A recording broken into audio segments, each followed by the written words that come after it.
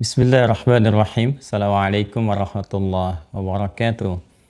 Saudara-saudariku, berbahagia kita kembali dipertemukan oleh Allah Subhanahu wa taala seraya bermunajat bermohon pada Allah Subhanahu wa taala semoga kita semua senantiasa disehatkan, dirahmati dan dibimbing oleh Allah Subhanahu wa taala untuk menata seluruh tatanan aktivitas kita sehingga mendapatkan penilaian terbaik di sisi Allah Subhanahu wa taala. Pun kita bermohon kepada Allah semoga hamba-hamba Allah yang berkehidupan sampai dengan detik ini namun belum beriman dikuatkan jiwa, hati serta dimantapkan lisan mereka untuk bersyahadat sebelum wafat dan kembali kepada Allah Subhanahu wa taala. Semoga para pelaku maksiat siapapun dan boleh jadi kita termasuk di antaranya diberikan kelembutan hati untuk bertobat dan menata aktivitas lebih baik sehingga menjadi kualitas hayatan thayyibah dan berakhir dengan husnul khatimah.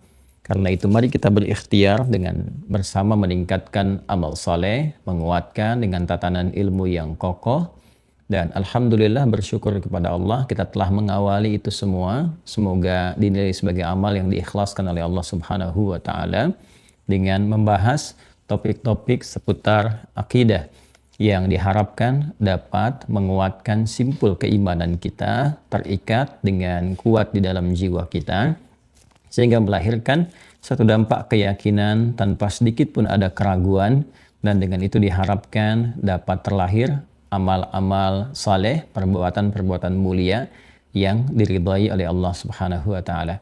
Alhamdulillah di pertemuan yang lalu kita telah sampai pada simpul yang keempat.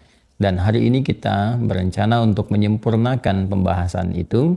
Karena itu mudah-mudahan kita diberikan bimbingan, kemudahan untuk memahami, serta juga ringan untuk mengamalkan apa yang telah kita pahami, insya Allah. Mari kita mulai bahasan kita dan kita akan coba berikan satu highlight secara singkat tentang runtutan pembahasan yang lalu yang menghubungkan pembelajaran kita di subuh kali ini seperti metodologi yang biasa kita tampilkan dengan cepat. Bismillahirrahmanirrahim.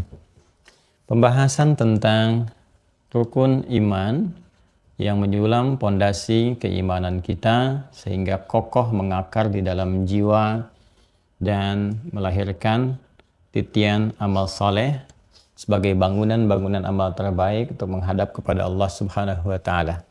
Bangunan amal soleh inilah yang menghadirkan bangunan-bangunan megah dan mewah di surga kelak. Jadi bangun rumah kita dari sekarang. Seperti halnya Nabi SAW sering mengilustrasikan kepada kita saat beliau memberi contoh tentang keutamaan salat sunnah rawatib itu. Ya kan? Man shalla isnatai asyaraqatan, siapa yang menunaikan 12 salat sunnah rawatib, ya kan? Arba'an qabla dhuhri, 4 rakaat sebelum zuhur, rakataini ba'daha, 2 rakaat setelahnya, kemudian rakataini ba'dal maghrib, 2 rakaat setelah maghrib, rakataini ba'dal isya, 2 rakaat setelah isya, rakataini qabla al-fajri, dan 2 rakaat sebelum subuh. Ya, banallahu lahu baitan fil jannah. Allah akan membangunkan satu istana di pinggiran surga untuknya, gitu kan. Masya Allah, satu bangunan. Jadi sekarang bahannya kita siapkan. Itu baru yang sholat rawatib. Belum kalau kita tambah dengan yang mutlak, dengan tahajud dan sebagainya. Jadi ini sebuah janji yang benar tentunya, tapi juga satu ilustrasi yang memberikan satu keterkaitan antara apa yang kita bangun, kita bahas, kita kuatkan dengan fondasi pengetahuan, dengan janji yang Allah telah tetapkan. Kan? Jadi indah sekali fondasinya, kemudian bangunannya, dan dari bangunan itu dibalas lagi dengan bangunan yang mewah gitu ya. Itu kita dapatkan banyak hal. Baik, kita turunkan. Alhamdulillah di sini telah kita bahas pertama terkait dengan iman kepada Allah Subhanahu wa taala. Kita telah jelaskan mengenal Allah dengan segala yang terkorelasi dengannya dan puncaknya adalah zikrullah, ya kan? Zikrullah yang terdiri dari 2 sisi utama. Ini adalah la ilaha illallah. Ya, kemudian yang kedua adalah ibadah. Ibadah. Ini zikrullah ini melahirkan dua ini. Karena itu kan zikir tertingginya kan fa'alam annahu la ilaha illallah. Sini kan ya. Kemudian setelah itu ibadah ya. Dua hal ini kemudian yang kita arahkan menuju Allah Subhanahu wa taala disebut dengan tauhid namanya, itu kan?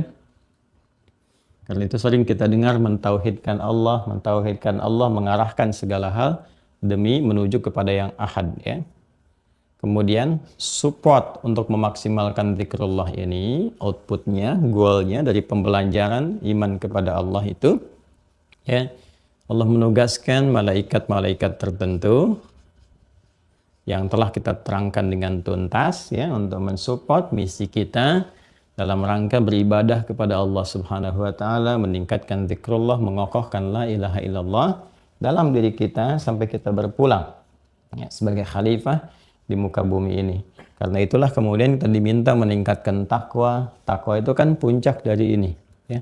La ilaha illallah dengan ibadah dan sampai kemudian kita pegang dengan tunduh patuh kepada Allah. Tunduk ya, tunduk patuh itu disebut dengan aslama yuslimu kata kerjanya. Orangnya disebut muslim. Karena itu saya, Anda, kita dinamakan dengan muslim sebagai gambaran dari diksi ini supaya kita selalu tunduk dan patuh pada setiap ketentuan Allah. Dimintakan, kerjakan. Dilarang, tinggalkan. Ya. Itu yang dimaksudkan dua konsepsi ini. Dan jaga ketakwaan itu dengan pondasi keimanan, tingkatkan ketakwaan dengan pribadi yang tunduk patuh kepada Allah. Maka kita gabungkan iman, takwa, muslim. Jaga sampai wafat. Itu yang dikandung dalam Quran surah ketiga Ali Imran ayat 102. Ya ayyuhalladzina amanu, hei semua orang yang telah menyatakan dirinya beriman kepada Allah, ittaqullah, tingkatkan takwamu kepada Allah Subhanahu wa taala haqqa tuqatih dengan cara yang benar. Wala tamutunna, dan pastikan itu bersemayam dalam jiwa, jangan sampai kamu wafat illa wa antum muslimun, kecuali keadaan wafat kamu itu menjadi pribadi yang tunduk patuh pada segala ketentuan Allah. Jelas ya? Nah, ini penting saya uraikan karena ini hari Jumat.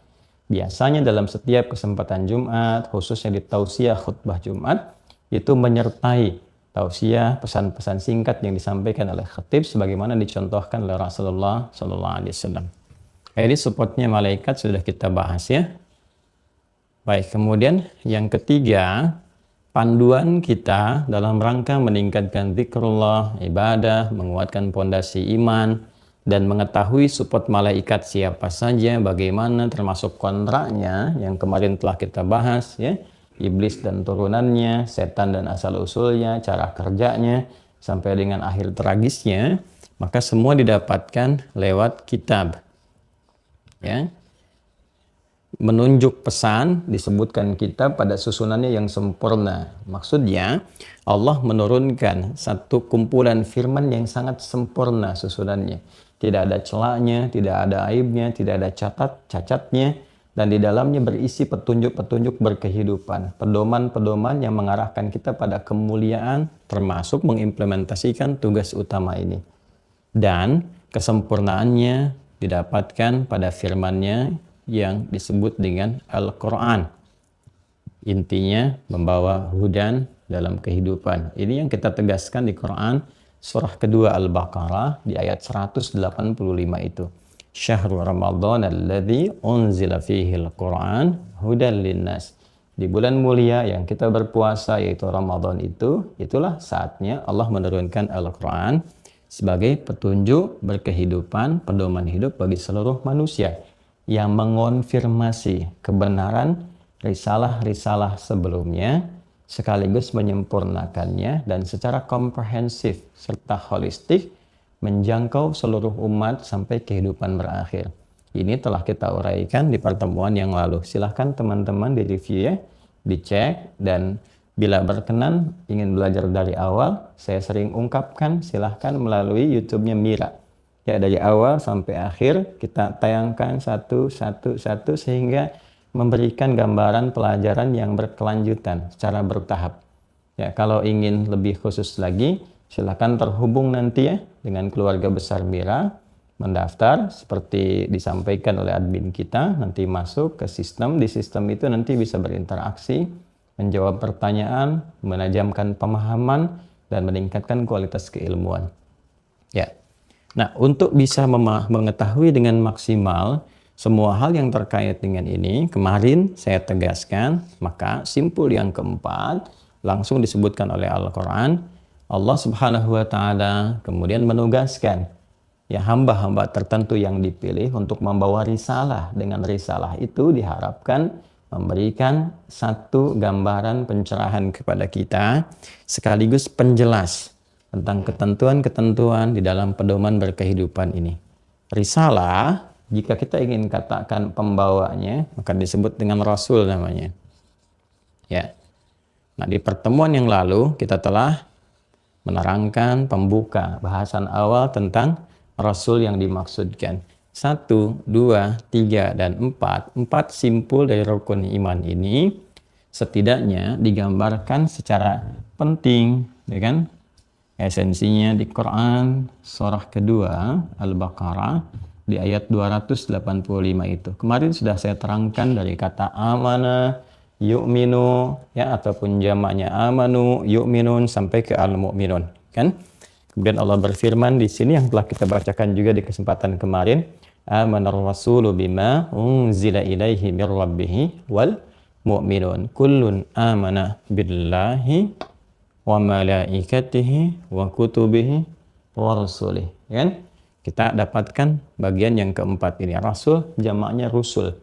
Ya, kalau ini kita sebutkan bentuk tunggalnya Rasul seperti ini. Ya. Maka bentuk jamaknya rusul. Rusul. Jelas ya? Kemudian jika ingin disebutkan penekanan pada penugasannya, yang ditugaskan, kan, yang mengirim memberikan delegasi serta tugas pada delegasi yang dimaksudkan, kan, maka disebutnya dengan mursal dari arsala yursilu, Allah yang menugaskan, kan, ya, Allahul ladzi arsala di bahasa Arabnya demikian, yursilu fi'il mudhari, ya, yang diberi tugas. Kalau kita ingin menunjukkan pada sifat kewenangan yang melekat, yang diberikan tugasnya untuk menyampaikan, menerangkan, dan sebagainya, kan? Tambahkan, kita ganti ini, ya, redaksinya, kan? Dengan Rasul yang ini, kan? Jamaknya ini kita ganti menjadi mursal namanya, mursal. Dari arsala yursilu, kan? Ini isim maf'ulnya, arsala yursilu, ya, kemudian isim fa'ilnya yang mengutusnya mursil, isim maf'ulnya yang diutusnya mursal. Mursal, ya, demikian. Mursal. Jamaknya mursalin atau mursalun, kan? Mursalin kita jadikan bentuk nasab saja untuk menunjukkan sifat objeknya, gitu kan, yang diutus, mursalin. Seperti ini. Karena itu nanti kita akan temukan turunan kata-kata ini, baik itu Rasul bentuk tunggalnya, kemudian dengan jamak rusul, ataupun juga kita dapatkan misalnya diksi pilihan kata mursalin, ya, yang menunjuk pada penguatan diksi-diksi tertentu. Nah, kalau sudah memahami ini semua, teman-teman sekalian, kita akan turunkan dulu peta sedikit dari sini yang menguatkan pembahasan kita yang lalu, sekaligus juga memberikan satu pijakan kepada apa yang akan kita urai di pertemuan kali ini. Sebelumnya, kita ingin tegaskan bahwa pemilihan kata-kata ini atau penempatan diksi-diksi ini dengan kata Rasul, pembawa risalah, message, gitu kan? Ya, risalah. Ataupun dengan menggunakan bentuk isim maf'ul, bentuk objek yang ditugaskan, gitu kan? Yang diberi tugas, diberikan pesan, misi, message, gitu kan? Bentuknya seperti ini. Ini menunjukkan bahwa para rasul ini, baik dengan bentuk seperti ini rasul atau mursalin, itu adalah orang-orang yang dipilih atau ditugaskan. Berarti ada yang menugaskan. Karena itu ditampilkan diksinya dalam bentuk objek. Berarti ada subjek, kan, yang memberikan tugas, memberikan kewenangan. Ini artinya para rasul ini tidak berdiri sendiri. ya, bukan membawa sebuah kreasi yang diciptakan. Ini penting, penjabaran awal ini kami sampaikan untuk memberikan sebuah kesan bahwa Rasul ini adalah pembawa misi, pembawa tugas yang seluruh kewenangannya untuk menyampaikan, menjelaskan tuntunan di kitab, hudan ataupun risalah itu bersumber dari satu zat tertentu yang di sini adalah Allah Subhanahu wa taala, ya. Allah Subhanahu wa taala. Jadi Rasul tidak berkreasi sendiri, tidak menciptakan sendiri, ya, tidak membuat-buat sendiri. Itu sifat yang pertamanya. Jadi, sifat pertama, seluruh para nabi, para rasul khususnya ini, karena itu ditunjukkan dengan bentuknya isim maf'ul, objek yang menerima tugas, itu kan? Menerima mandat. Jadi ini kalau kita sebut dalam istilah kita lah mandataris itu kan, yang diberikan sebuah mandat, ya. Jadi sifat rasul yang pertama itu mendapat mandat, itu kan? Mendapat risalah. Mandat untuk menyampaikan satu risalah ini dan tidak berkreasi dalam konteks menjelaskan risalah yang dimaksudkan.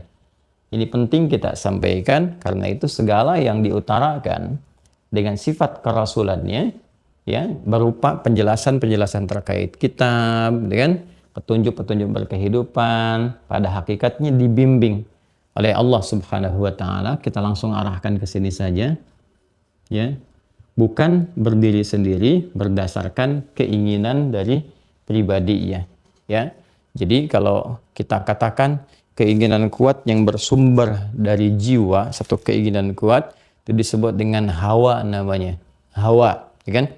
Ini surah An-Najm kita temukan wa ma yantiqu 'anil hawa in huwa illa wahyu yuha, ya. Surah An-Najm surah ke-53, wan najmi idza hawa ma dhalla sahibukum wa ma ghawa wa ma yantiqu 'anil hawa in huwa illa wahyu yuha, gitu kan? Surah ke-53 di ayat keberapa? 3 ya, sampai dengan ke-4 itu. Ya. Quran surah ke-53 An-Najm ayat ke-3. Kalau kita ambil dari 3 sampai 4 lah ya. Ya. Jelas ya? Wa ma yantiqu 'anil hawa, apapun yang diutarakan, yang disampaikan itu bukan bersumber dari keinginan pribadi, bukan kreasi pribadinya, ya kan? In huwa illa wahyu yuha. Ya, namun apa yang disampaikan dari penjelasan-penjelasan, kemudian juga keterangan-keterangan, tafsir-tafsir serta contoh-contoh terkait dengan segala petunjuk yang terdapat dalam hudan, kitab Al-Qur'an khususnya yang melekat pada Nabi Muhammad SAW sebagai bukti kerasulannya, sesungguhnya itu adalah wahyu, ya kan? In huwa illa wahyu, sungguh semua itu wahyu, artinya dibimbing, ya, yang dibimbing, karena itu menggunakan bentuk fi'il mudhari, di situ bentuknya majhul, ya, pasif, yang diwahyukan. Sungguh itu petunjuk yang diwahyukan. In huwa illa wahyu yuha, yang diberikan. Berarti ada yang memberikan. Siapa yang memberikan? Ini kembali yang membimbing adalah Allah Subhanahu wa taala. Difirmankan oleh Allah, disampaikan. Nanti penjelasan-penjelasan itu terbagi dua. Ada yang sifatnya lafaz dan maknanya langsung diturunkan, itu berupa Al-Qur'an. Ada yang maknanya diberikan bimbingan kepada Rasul lalu dijelaskan dengan bahasa Nabi sallallahu alaihi wasallam, itu yang disebut dengan hadis nanti. Kita akan masuk ke dalamnya. Okay? Jadi ini yang pertama untuk memberikan bantahan, ingat, kepada klaim bahwa semua apa yang disampaikan oleh Rasul itu merupakan produk, ya, produk pribadi. Lalu kalau dilekatkan dengan lingkungan sekitar yang membentuk sebuah budaya, nanti disebutnya produk budaya. Sehingga dari sini ingin diarahkan, direduksi maknanya, dikurangi atau bahkan digeser dengan kepentingan-kepentingan tertentu di belakangnya. Ingin menyampaikan bahwa oh ini karena Nabi Muhammad itu mengkreasikan sesuatu sesuai dengan kepentingan culture-nya, budayanya pada saat itu, maka apa yang diajarkan oleh beliau pun sesuai dengan budaya pada saat itu saja. Mereka ingin membatasi di konteks ini. Sehingga terkesan di bawah kalau ke era sekarang budayanya sudah berbeda. Karena itu apa-apa yang disampaikan Rasulullah mesti diseleksi kembali. Nah ini Hati-hati ya. Kalau Anda temukan paham-paham seperti itu sebetulnya paham yang sudah terlewatkan. Ya, kalau makanan mungkin sudah basi gitu ya. Kenapa? Karena dari dulu pun orang jahiliyah sempat menuduh kepada Rasulullah, kamu cuma mengkreasi aja. Dan kamu seorang penyair, tidak lain ini berupa Quran itu berupa sajak-sajak. Kamu seorang penyihir, macam-macam ya. Wa ma huwa biqauli syair, gitu kan? Itu bukanlah bagian dari kata-kata seorang penyair. Allah langsung membantah dengan turunnya ayat-ayat nanti ya. Termasuk macam-macam lah tuduhan-tuduhannya, kahin, sahir, dan seterusnya. Maka nanti turun ayat-ayat untuk membuktikan. Silahkan di-challenge, ya kan? Kalau memang Al-Quran ini seperti yang kalian tuduhkan, datangkan yang semisal Al-Quran. Terus silahkan riset, dari tata bahasanya silahkan riset, bahkan dari kata-katanya, setiap kata, setiap hurufnya silahkan diriset, sampai ke maknanya. Dan Masya Allah, Tabarakallah, kekuasaan Allah yang menunjukkan mukjizat Al-Quran dari 15 abad yang lalu sampai sekarang itu selalu berkesesuaian, bahkan memberikan sibghah, memberikan petunjuk warna di setiap pergantian generasi sampai sekarang. Tidak pernah ada pertanyaan yang diajukan, selalu ada solusi yang ditampilkan dari Al-Quran dan penjelasan dari Rasulullah SAW. Itu dahsyatnya. Baik ya? Nah, jadi kalau misalnya ada tulisan-tulisan, buku-buku yang menyoal tentang Quran, produk budaya dan sebagainya, itu ketinggalan pemikiran. Dia kembali kepada abad yang lalu yang persoalan telah selesai. Jadi kasihan, apalagi kalau belajarnya tinggi-tinggi. Sampai S2, S3 masih nulis persoalan yang umat jahiliyah itu pernah menyoal dan diselesaikan di masa lalu. Gitu ya. Tapi ini juga menunjukkan satu bukti mukjizat Al-Quran yang memberikan gambaran-gambaran kepada kita tentang tipikal-tipikal orang-orang yang mungkin akan menyoal Al-Quran, tapi pada akhirnya tidak akan pernah menemukan ujung dan cacatnya. Ya. Ini teman-teman sekalian. Kewenangan Allah untuk memilih siapa yang membawa risalah ini. Nanti ada yang ditugaskan langsung membawa risalah. Bisa jadi nanti nabi sifatnya untuk kalangan tertentu saja, ya terdekatnya. Bisa kemudian rasul, langsung rasul dipilihkan karena ada umat. Bisa kemudian pewaris risalah itu berupa orang-orang soleh. Dia bukan nabi, bukan rasul, tapi nanti orang-orang soleh yang berkelanjutan meneruskan risalahnya. Yaitu petunjuknya nanti pertama ada di Quran, surah ketiga Ali Imran di ayat 33. Oke? Quran surah ketiga Ali Imran ayat 33. Di mushaf standar paling kiri agak ke atas di pertengahan sedikit ya. Innallaha astafa Adam, sungguh Allah telah memilih, istafa ya. Jadi pilihannya menggunakan kata istafa. Istafa itu kata kerja fi'il madhinya, bentuk dasar awalnya. Yang terpilihnya disebut dengan Mustafa. Mustafa. Nah, ini. Kalau kita ingin khususkan pakai alif lam, al-Mustafa, ya, yang dipilih. Karena itu seringkali ada dalam pembukaan, ya kan? Muqaddimah dalam tausiyah, alhamdulillahi wa kafa wassalatu wassalamu ala rasulillahil mustafa. Ya kan? Istafa memilih dengan tugas dan kewenangan tertentu. Innallaha astafa Adam, Adam dipilih sebagai manusia pertama, sebagai nabi pertama, pembawa berita besar, penginspirasi kehidupan, kan? Asal dari semua manusia dan dipilih untuk bisa menjalani awal mula kehidupan di dunia, membuka jalan sekaligus menyampaikan berbagai pesan kehidupan. Nanti generasi selanjutnya karena ada umat jadi rasul, wa Nuha. Innallaha astafa Adam wa Nuha. Nuh sudah rasul ini. Ya. Setelah itu kan berganti generasi makin banyak kan. Kalau umat sudah menyebar makin banyak lagi, distriknya berbeda-beda, tentu kan rasulnya juga harus bisa menjangkau semua kan. Artinya apa? Di beberapa tempat nggak bisa dijangkau oleh rasul-rasul tertentu. Maka mesti ada yang menjangkau wilayah A, wilayah B, wilayah C, dan sebagainya. Maka setelah itu, kan dulu kita lihat belum ada yang teknologi seperti sekarang. Mengaitkan semua lingkar kehidupan tersambung jadi satu. Ada internet, ada akses, itu kan. Bisa dari Google, ada YouTube, ada macam-macam. Zaman dulu nggak ada, semua ditempuh dengan sendiri ya. Karena itu beberapa distrik itu nabinya bisa berbeda. Ya kan? Ada Nabi Ibrahim yang lain dan sebagainya. Karena itu ketika masuk setelah Nabi Nuh, Allah menunjukkan dengan diksi yang berbeda. Wa ala Ibrahim. Innallaha astafa Adam wa Nuha wa ala Ibrahim, dan keluarga besar Ibrahim. Ya, alaihimussalam jami'an. Nanti turunannya di situ ada siapa saja.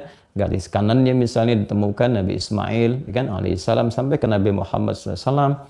Garis kirinya kita temukan siapa lagi misalnya? Nabi Ishak, ya, ke Yakub, kemudian ke bawahnya Yusuf, terus sampai kita temukan sisi Nabi Isa dari garis itu. Yang semasanya ada Nabi Lot, semasa Nabi Ibrahim, kan, keluarganya. Keluarga juga itu, makanya disebutnya wa ala Ibrahim. Itu kalangan siapa? Rasul, ya. Nah, di sini menarik sekali. Nabi Adam, Rasul Nuh, Rusul ala Ibrahim. Setelah itu mursalin semua. Wa ala Imran. Imran bukan nabi, bukan rasul. Ingat, Imran itu bukan rasul, ya, tidak diberikan risalah, bukan nabi juga, orang soleh, seorang imam yang sangat soleh di masanya, gitu kan? Ya, wa ala Imrana alal alamin. Nah, orang-orang soleh ini yang meneruskan risalah-risalah para nabi, para rasul. Beliau itu kan imam, ulamanya lah, alim minal ulama di masa itu berkehidupan beliau. Semasa dengan Nabi Zakaria, ya. Cuma Imran nanti meninggal duluan. Imran meninggal saat Hannah istrinya mengandung Maryam, ya, alaihimussalam jami'an. Imran meninggal. Jadi Imran itu meninggal saat Maryam dalam kandungan. Ya. Nah, nanti Maryam melahirkan siapa? Nabi Isa alaihissalam. Ya, nanti berkelanjutan seperti itu. Jadi turunannya adalah Nabi, kemudian Rasul, dan diteruskan risalah ini nanti oleh para orang-orang soleh yang membawa pengetahuan. Ya, orang soleh membawa pengetahuan disebut dengan alim namanya, jamaknya disebut ulama. Karena itu di surah Fatir, surah 35 ayat 28, ciri khas ulama itu menyertai kesolehannya, kekhusyuannya. Khusyuk itu melahirkan khasyah. Maka Allah menyebutkan innama yakhsyallaha min ibadihil ulama.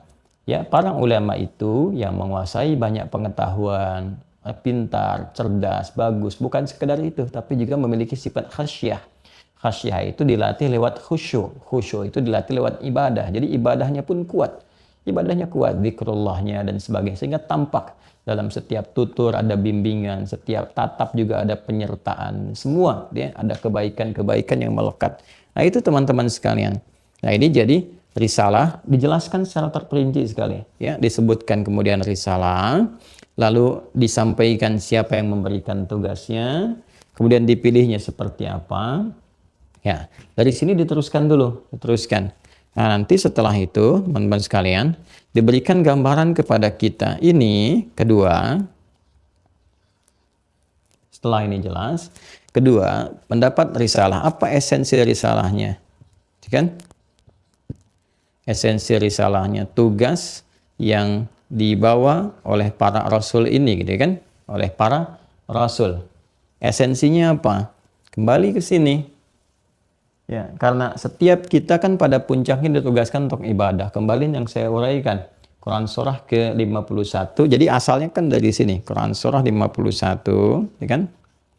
Ayat 56. Ditegaskan di Quran surah ke-20, Thaha, ayat ke-14, ya kan? Ini wa ma khalaqtul jinna wal insa illa liya'budun. Tidaklah aku ciptakan jin dan manusia kecuali untuk menjalani esensi kehidupannya, untuk beribadah kepada Allah. Ini kan? Ini. Kemudian di sini dirangkum lagi kan dengan bahasa yang sangat singkat. Innani anallahu la ilaha illa ana, gitu kan? Fa'budni, la ilaha illallah fa'budni ibadah. Dua ini. Nah, jadi para rasul pun ditugaskan untuk mensupport seluruh hamba-hamba Allah yang berkehidupan agar bisa fokus menjalankan misinya sebagai khalifah. Dan esensi misi sebagai khalifah itu dalam memakmurkan bumi, semua tujuannya ibadah. Ini bekal kita untuk pulang. Ini bekal untuk pulang. Bekal pulang kampung, mudik. Ya. Bekal pulang menuju Allah Subhanahu wa taala ini ibadah. Ya, karena itu ketika berpindah dimensi ke alam barzakh yang telah kita terangkan di pertemuan yang lalu, kita masuk waiting room, dikubur, ya kan? Semua bekal dunia kan kita tinggalkan. Ya, yang kita bawa apa? Ini. Ibadah ini. Wujudnya kan amal saleh. Amal perbuatan kita yang diridhai oleh Allah. Ini. Amal yang diridhai Allah itu disebut dengan saleh. Maka yang kita bawa ini. Amal saleh ini. Nah, tugas Rasul itu memaksimalkan, memberikan petunjuk secara maksimal agar mengacu dengan pedoman ini kita memaksimalkan tugas ini, zikrullah, menyembah Allah, ya, menuhankan Allah sampai kita wafat sehingga punya bekal pulang saat wafat dan tenang. Ya, biasanya kan kalau punya bekal kan tenang, mau mudik kan tenang kalau punya bekal. Makanya orang-orang yang punya bekal itu saat pulang juga tenang. Quran surah ke-89 ayat 27 sampai 30 kan? Ya ayyatuhan nafsul mutmainnah irji'i ila rabbiki radiyatan mardiyah fadkhuli fi ibadah.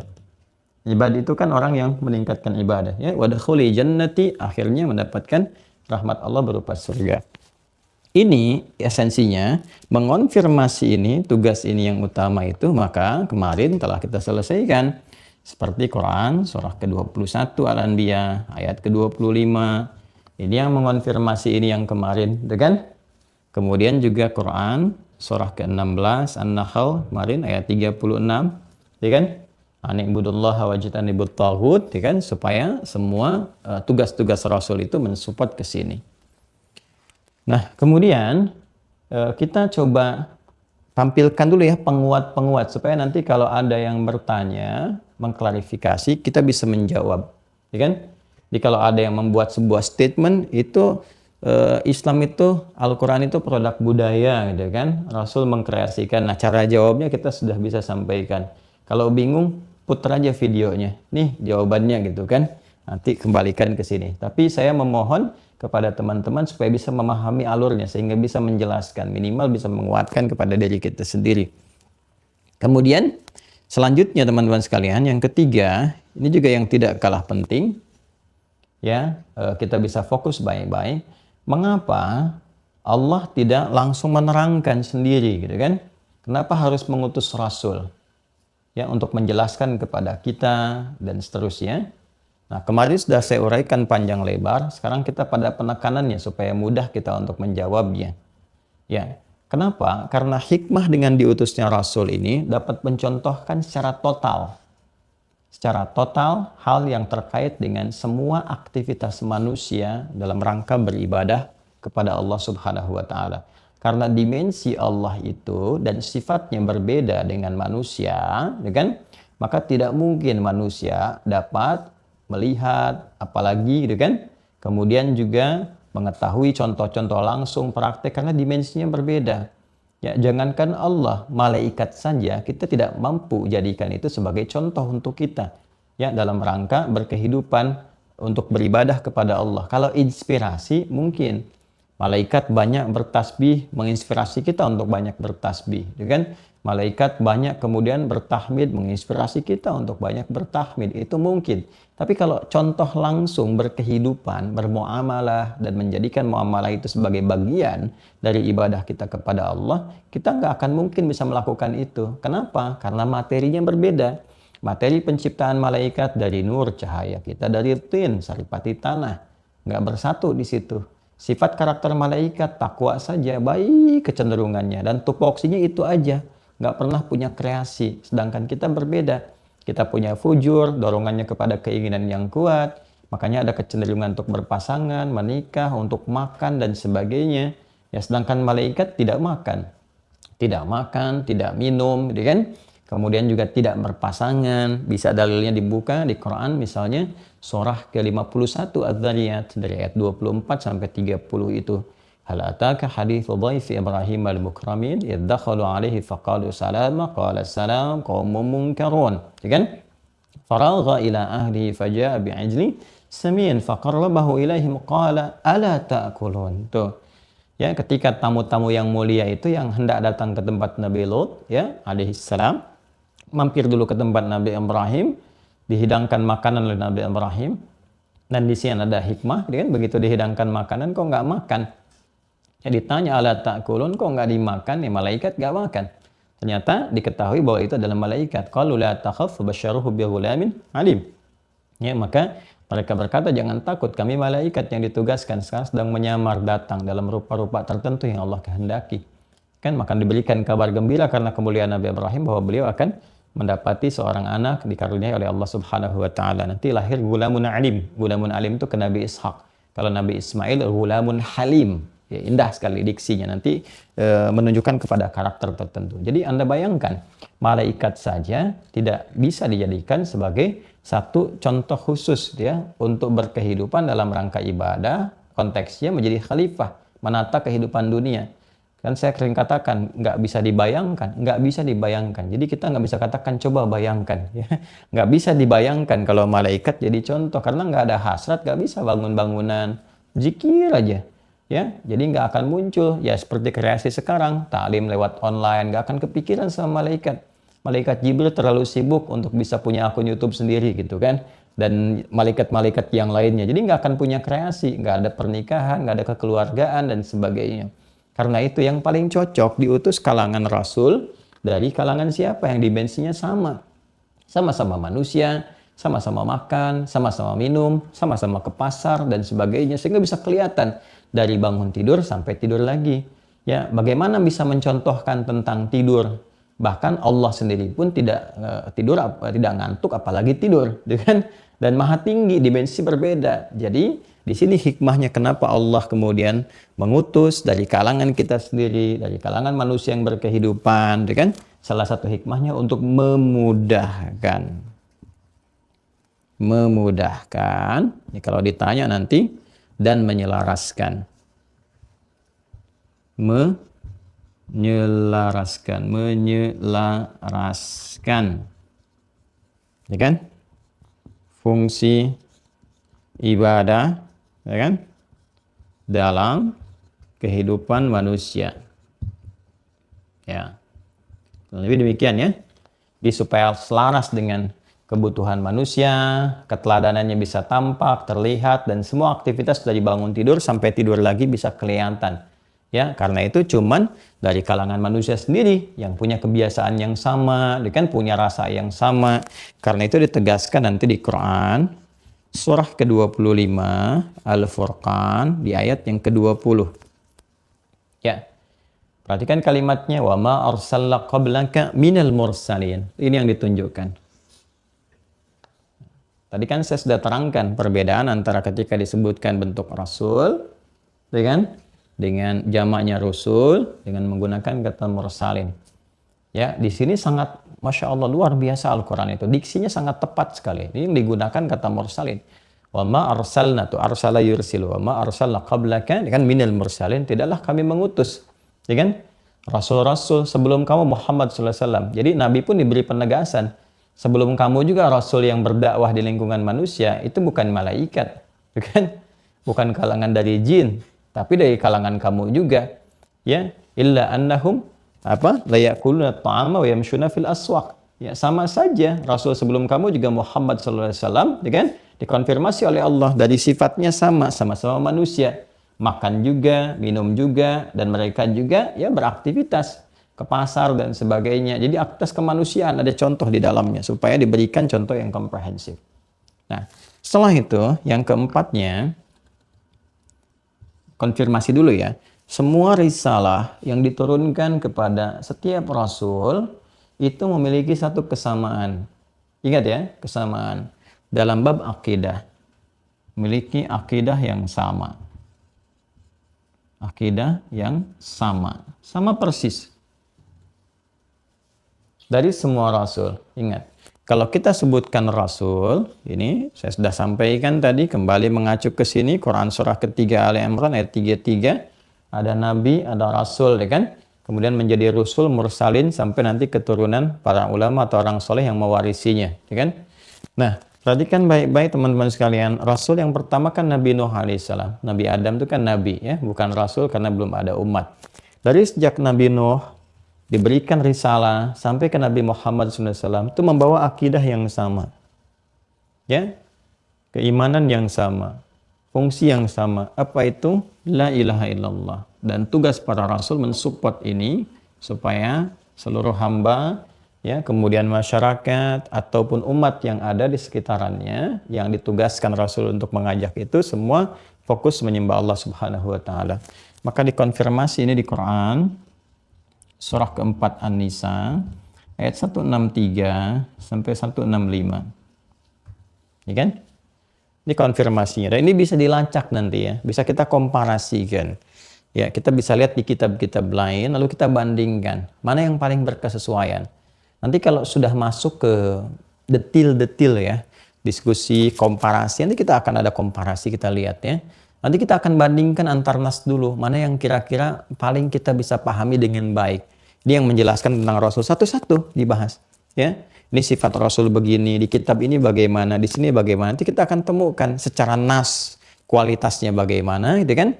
Untuk mengetahui kira-kira ini kualifikasi firman atau buatan manusia gitu. Ya, ini dari bahasanya akan kelihatan, akan ketahuan. Karena kan bahasa manusia itu bisa dirasakan oleh manusia itu sendiri dan bisa ditiru, ya kan? Tapi kalau di luar kemampuan manusia itu nggak bisa kita buat seperti itu karena di luar kemampuan kita. Jadi nggak bisa ditiru dan sifatnya berbeda. Ya, contoh misalnya kan, yang dibuat oleh manusia itu cenderung berapa kali ya itu bisa membuat bosan dan selalu ada penyempurnaan. Ya, karena masanya berganti. Masa berganti, teknologi berkembang, pemikiran juga semakin meningkat, itu dampak secara langsungnya kepada setiap karya akan selalu ada perbaikan. Coba silahkan cek ya, karya-karya dulu kan dari huruf-huruf ada berkesesuaian. Ulama beda dengan U baru, kan? Ulama kan OE, yang sekarang U, gitu kan? Terus ejaan disempurnakan, terus kualifikasinya juga cara berpikir meningkat. Nah, sehingga sifat-sifat tulisan manusia itu selalu ada yang disempurnakan. Kalau kitab suci ini bersumber dari Tuhan dan firman langsung disampaikan, tidak akan terjadi perubahan-perubahan. Ya, ini yang paling pokok yang pertama. Yang kedua, ada sifat-sifat yang bisa ditiru, bisa dibuat. Ya, jadi nggak ada pokok asalnya, semua bisa membuat. Ini ada versinya macam-macam. Ya, di Indonesia versi Indonesia, di Inggris versi Inggris, di Arab versi Arab. Jadi nggak kita temukan satu pokok yang mana itu menunjukkan firman yang bisa dikaji, bisa dilihat, bisa terfokus. Nah, kalaupun misalnya kita katakan ini kok ada kok bahasa aslinya, sifat yang lain lagi. Kalau karya manusia pasti melahirkan kebosanan. Lihat sekali belum bosan, 2 kali, terus 3 kali, sehari lah. Coba cek. Bertahan nggak 3 kali dalam sehari? Dilihat, dibaca, dikaji, dan sebagainya. Kalau nggak tahan, ya bosan, berarti ini ada bagian dari karya manusia. Kalau kita hadir satu semangat dan sebagainya yang berbeda sifatnya, berarti di luar kemampuan manusia. Al-Quran, kita sebagai umat Islam 17 kali dalam sehari. Nggak pernah ada yang ngeluh. Nggak pernah ada yang pusing baca Al-Fatihah 17 kali dalam sehari. Sifat yang paling tajam lagi apa? Dia bisa dihafalkan dengan mudahnya. Dan semua tadi itu dikonfirmasi di ayatnya sendiri yang menyampaikan. Nih, sifat Al-Quran begini, lalu dibuktikan. Pembuktiannya pun nyata dengan apa yang difirmankan. Nah, ini mengkonfirmasi antara pembuktian dengan firman yang ditampilkan, itu tidak mudah. Ya, tidak mudah. Apa yang dibuat oleh manusia belum tentu terjadi. Dia hanya bisa menjangkau apa yang dia prediksikan di waktu itu dengan kekuatan dan informasi yang dia dapatkan. Dia tuliskan berdasarkan informasi yang masuk. Ke depan sifatnya dia nggak bisa pastikan. Ya? Nah, jadi kembali ke sini, akidah semua sama. Inna auhayna ilaika, kami wahyukan kepada Muhammad SAW dengan keagunganku dan seterusnya kan. Ya, kama auhayna ila nuhin wan nabiyyina min ba'di. Seperti sama persis, kama itu kan serupa. Kama, ya serupa, persis. Sama persis serupa ya dari sisi akidah. Kama auhayna ila Nuhin, seperti kami wahyukan serupa kepada Nuh alaihissalam wan nabiyyin min ba'di, dengan nabi-nabi setelahnya. Siapa di antara contohnya? Wa auhayna ila Ibrahim wa Ismail wa Ishaq wa Yaqub wa Asbat ya, wa Isa dan seterusnya sampai wa ataina Daud az-Zabura. Itu disampaikan contoh-contohnya. Kemudian 164 wa rusulan qad qasasnahum 'alaika min qablu wa rusulan lam naqsusum 'alaik wa kallamallahu Musa taklima. Di antara rasul itu tuh bentuknya sudah rasul. Ya kan? Jadi ada rasul, nanti ada mursalin dengan penekanan yang berbeda. Ya, ketika membawa sifat risalah menggunakan kata rusul.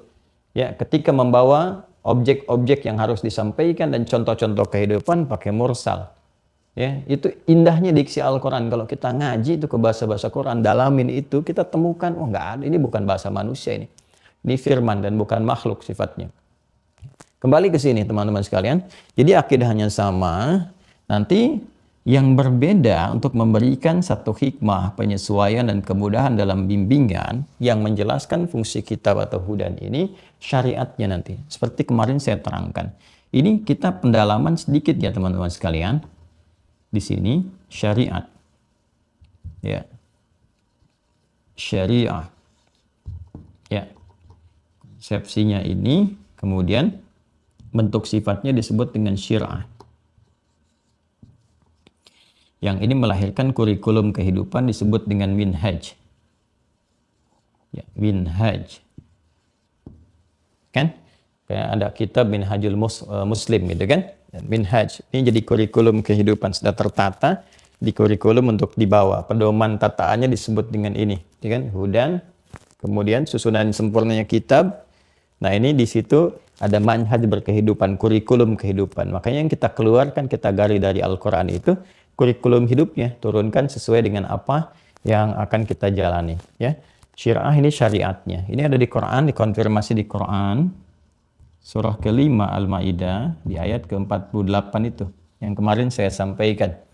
Ya, di pertengahan ayatnya wa anzalna ilaikal kitab, terus sampai ke pertengahan walikullin ja'alna minkum syir'atan wa minhaja. Itu walikullin ja'alna minkum syir'atan wa minhaja, dan setiap umat itu kami jadikan semuanya memiliki syariat dan manhaj yang sesuai dengan generasinya masing-masing. Untuk umat Nabi Muhammad terus dari masanya beliau sampai kehidupan berakhir.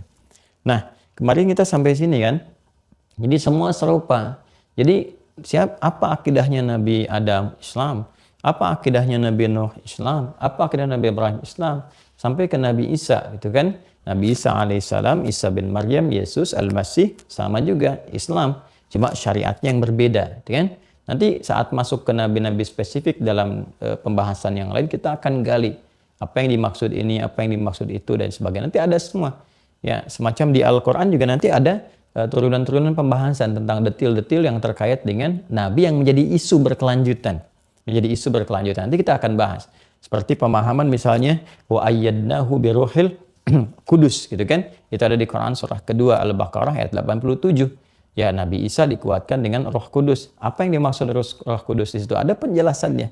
Ya, supaya kita nanti tidak salah menilai, ya. Nanti beda, nanti di situ ada Rohul Amin, ya kan? Rohul Kudus, ya. Ada bahasa nanti di riwayat nanti disebut dengan Namus, itu kan menunjuk kepada Jibril, ya. Jibril alaihissalam. Ini sebagai pemimpin dari para lingkaran malaikat. Jadi di situ untuk memberikan sebuah garis. Ya, kalau kita garis hierarkis atau kalau di keduniaan garis birokratis, gitu kan.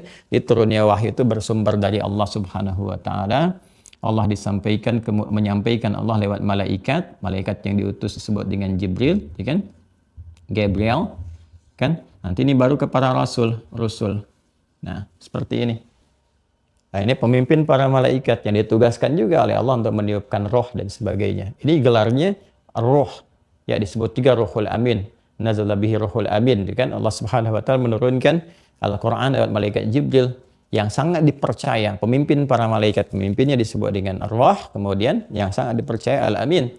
Ya, kadang-kadang disingkat dengan roh saja seperti di surat Al-Qadar. Tanazzalul malaikatu warruhu fiha. Ini pemimpinnya. Kadang disebut dengan Rohul Kudus, ya, membawa satu tugas dari Allah yang sifatnya suci, yang sifatnya bersih, baik. Jadi semua roh itu asalnya suci. Makanya bayi-bayi yang lahir itu kan suci sifatnya. Ya, ada bayi yang baru lahir udah maksiat. Begitu lahir langsung mencela ibunya. Kenapa Bapak melahirkan saya? Enggak ada yang begitu. Kan semuanya bersih, bagus. Lingkungan yang membentuk dia bisa berubah. Fa'abawahu yuhawwidanihi aw yunassiranihi aw yumajjisanihi. Makanya apa yang sampai kepada kita itu jalannya bersih, baik. Nah, itu ayyadnahu birohil kudus, roh kudus yang dimaksudkan di sini malaikat Jibril. Kalau ke para nabi membawa apa? Ayatnya kami kuatkan Isa alaihissalam dengan apa? Rohil Kudus, dengan malaikat Jibril yang membawa wahyu. Jadi semua yang melekat pada nabi itu diberikan mukjizat untuk kekuatan, menunjukkan bahwa beliau nabi, beliau rasul. Ini turunannya dari Allah ke malaikat kepada rasul. Jelas ya? Jadi yang mengkonfirmasi bahwa yang mendapatkan wahyu dari malaikat ini manusia.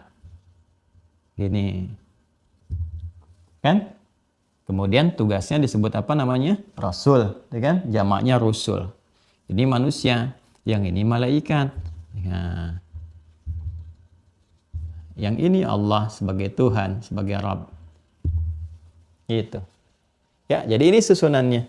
Jadi kalau kita temukan istilah Rabb termasuk di bahasa yang lalu, ini menunjuk kepada Allah. Kalau kita temukan istilah Rohul Kudus dan sebagainya, ya kan? Di Al-Quran ataupun di kitab-kitab masa lalu yang dimaksudkan malaikat. Bukan menunjuk kepada Tuhan, ya kan? Baik, yang ditugaskan. Lalu ini pun manusia, bukan Tuhan. Jadi semua nabi dari Nabi Nuh alaihissalam terus sampai ke Nabi Ibrahim, ya, kemudian sampai ke Nabi Muhammad SAW yang membawa risalah sebagai Rasul, Nabi Musa, Nabi Isa, dan sebagainya. Itu dalam Al-Quran, sesuai keyakinan kita umat Islam, bukan Tuhan, tapi para Nabi, Rasul yang bertugas, dapat wahyu dari sini, gelarnya macam-macam, ini menunjuk pada Allah. Jelas ya? Sehingga nanti kalau kita ditanya, kita berargumentasi. Ya, apakah ada Roh Kudus di dalam Al-Quran? Ada. Itu gelar untuk malaikat, ayatnya di sini, gini, logikanya seperti ini, gambarannya begini. Kan? Terus dikaitkan dengan Tuhan, begini. Ini untuk menguatkan keyakinan kita ya. Jadi kita orang Islam bisa berargumentasi, bisa jelas ketika memilih Allah sebagai Tuhan dengan konsepsi begini, kita menjawab, ini alasannya, ini dalilnya. Dalilnya pun Anda bisa cek, Qur'annya Anda bisa analisis. Kalau ingin lihat ini asli atau bukan, firman Allah atau bukan, monggo silahkan dicek, silahkan dianalisis berdasarkan semua latar belakang keilmuan yang bisa mengkaji. Cuma informasi aja, udah 15 abad dikaji, tetap hasilnya firman Allah juga. Nah itu nanti semua kita urutkan sampai di sini ya. Nah setelah itu kalau kita sudah memahami, sudah mengetahui ini semua, sudah paham tentang ini, tinggal konsekuensinya dari kita adalah untuk bisa mengikuti semua tuntunan ini ya. Maka Allah jadikan semua Rasul itu perilakunya, sifatnya, sikapnya ya, karena dia membawa misi risalah menerangkan tentang ini, maka semua isi dalam kitab pun, semua isi dalam wahyu pun, itu harus diimplementasikan dalam bentuk semua tindakan perilakunya. Jadi semua perilaku Nabi Rasul itu miniasi risalah yang bisa dibawa, cerminannya. Ya, tercermin citranya itu melekat pada semua perilaku, sifat, dan sikapnya. Nah, sesuatu yang bisa dijadikan sebagai objek keteladanan yang mencakup kesemuanya secara total, itu disebut uswah namanya. Ya, apa namanya? Uswah gitu kan. Nah, maka di sini semua rasul sifatnya mesti menjadi objek keteladanan yang komprehensif sifatnya. Teladan komprehensif. Yang total, ya. Maka turun Quran surah ke-33 Al-Ahzab ayat ke-21. Perhatikan, indah sekali. Allah tidak menyebutkan nama yang melekat pada manusianya. Misalnya Rasul kita Muhammad SAW. Atau sifat yang keduanya Ahmad. Ya kan? Tapi ditujukan ya langsung kepada misi risalahnya. Kalau misi risalah disebutkan, maka yang disebutkannya ini dalam bentuk tunggal Rasul. Ya kan? Nah, karena tadi di awal kita mengatakan bahwa setiap rasul itu ditugaskan, diberi mandat, ini kan? Mendapat risalah, berarti ada yang memberi kan? Siapa yang memberikan? Dalam Islam kita pahami Allah ke sini. Ini kan? Maka kalau kita ingin gabungkan ini diberi mandat oleh Allah, dapat risalah dari Allah, kan? Tidak berdiri sendiri, tidak berkreasi. Maka kita gabungkan, Allah menjadi sandaran di sini, mudhaf ilaih. Penggabungan dua kalimat ini mudhaf, kemudian mudhaf ilaih menunjuk kepada sandaran. Bisa kepemilikan, bisa yang memberikan sebuah kewenangan. Maka kita katakan Rasulullah. Ya. Nah, jadi kalau syahadat kita asyhadu alla ilaha illallah, nah ketemu di sini kan? Wa asyhadu anna Muhammadan Rasulullah. Aku bersaksi bahwa tiada Tuhan selain Allah. Kalau sudah asyhadu alla ilaha illallah, kita komitmen begini. Nih, yang seperti saya terangkan. Karena nama ini mencakup dua fungsi ini. Bagaimana cara menjalani ini? Wa asyhadu anna Muhammadar Rasulullah. Maka kita melihat tuntunan yang diterangkan oleh Muhammad SAW sebagai Rasul Allah. Yang ditugaskan membawa risalah, menjelaskan fungsi-fungsi ini dalam kehidupan. Jadi sebetulnya kalau sudah mengatakan asyhadu anna Muhammadar Rasulullah, nggak boleh kita mengatakan Al-Quran itu produk budaya, Al-Quran kreasi Nabi. Dipertanyakan syahadatnya. Kenapa? Karena dalam syahadat itu mengandung kata anna Muhammadan Rasulullah. Dan ketika menyebutkan Rasulullah, semua konsepsi ini terbawa. Semuanya berapa poin nih? 1, 2, 3, 4, 5, baru 5. Ini terbawa semua ini, harus dipahami. Jadi nggak boleh kita mengatakan Al-Quran produk budaya, hanya ada di budaya ini, harus dievaluasi lagi, harus diteliti lagi. Itu terlalu berlebihan. Ya, kan berlebihan itu jadi salah nanti. Tagha, ya. Tagha itu yang kemudian menjadi keliru. Hati-hati ya, kalau ada bacaan-bacaan yang tidak penting nggak usah dibaca. Buku-buku yang tidak berkualitas tinggalkan. Kita ngapain ngaji-ngaji sampai puluhan tahun, tapi kemudian hanya mereduksi kembali apa yang telah kita pelajari. Ini nggak berkualitas, tinggalin aja. Ya. Itu yang di An-Nisa 140 itu kan. Baik. Jadi ini gambarannya teman-teman sekalian. Jadi kalau sudah asyhadu anna Muhammadar Rasulullah, semua konsepsi ini kita bawa. Termasuk apa? Meneladani semua aspek yang terkait dengan Rasul pembawa risalah ini. Karena Allah sudah mencitrakan pada kepribadian semua Rasul ini, semua contoh keteladanan. Maka di sini jelas disebutkan dengan taukid dua lagi. Laqad. Kan? Laqad kana lakum fi. Ya. Fi apa? Rasulillah. Allah tidak mengatakan fi Muhammadin. Walaupun pada pribadi Nabi Muhammad pun melekat segala kemuliaan. Tapi yang ingin Allah tekankan, Nabi Muhammad itu dihormati, dicontoh, dimuliakan. Karena apa? Karena kerasulannya. Karena Allah pilih jadi Rasul. Itu yang menjadikan beliau yang paling utama. Sesama manusia saja kita menghormati, memuliakan dengan kebaikan-kebaikan. Nah ini lebih-lebih lagi ada sifat kerasulan melekat pada dirinya. Makanya Allah tekankan. Ya, karena kerasulannya, karena kemuliaannya, karena pilihan Allahnya, gitu kan? Maka di sini yang digunakan diksinya sangat menarik. Laqad kana lakum fi Rasulillahi uswatun hasanah. Uswah. Nah. Sedikit saja kita masuk ke bab qiraat sedikit ya. Ini kan yang belum kita bahas kemarin. Sedikit di bab qiraat. Nah, di bab qiraat, bacaan uswah ini itu bisa juga dibaca dengan iswah. Ya kan? Iswah. Jadi ada dua cara baca di sini. Bisa kita baca uswatun hasanah, uswah ini harakatnya dhamma. Saya jelaskan. Ini mohon izin teman-teman bisa fokus sedikit karena ini agak dalam. Ya, agak dalam. Semoga Allah berikan kekuatan untuk menyampaikan dengan mudah untuk dipahami dan kita pun mudah untuk mengerti, untuk memahaminya. Ini dhammah ya. Uswah. Dhammah. Ya, kita baca ini dengan riwayat Hafiz dari Asim. Hafiz an Asim. Kan? Laqad kana lakum fi Rasulillahi uswatun hasanah. Ini bisa juga dibaca dengan iswah. Ada dua cara membacanya. Ini kasrah. Kasrah. Ini dibaca lewat riwayat Warsh, juga Qalun dari Imam Nafi'. Ya, laqad kana lakum fi Rasulillahi iswatun hasanah. Pakai kasrah. Sekarang perhatikan mukjizat Al-Quran, ya, keindahan yang sangat luar biasa dan nggak akan didapati dimanapun tentang hal ini, ya. Inilah kenapa kalau Al-Quran bisa dibaca dengan bacaan A, bacaan B, riwayat yang tersambung semua kepada Rasulullah SAW sebagai penjelasan. Dan pakemnya hanya boleh ini saja. Ya, makanya kita kenal nanti dengan sebuah riwayat yang mutawatir. Dan bacaan diantaranya ada asyar riwayat, 3-nya yang masyhur. Kan? Nah, sebagai bacaan-bacaan nanti yang bisa menjadi komprehensivitas tafsir. Gitu ya. Ini menjangkau semua tafsir-tafsir. Seperti Malik Yaumiddin bisa dibaca pendek Maliki, dia nanti ada hikmah tafsir di dalamnya dan semua terhubung kepada Rasulullah dan nggak ada yang berubah sampai dengan sekarang, ya. Termasuk yang imalah. Sekarang ke sini dulu. Ini bisa uswah, ini bisa iswah. Apa hikmahnya? Begini, saya ingin jelaskan kepada Anda apa yang guru saya pernah terangkan.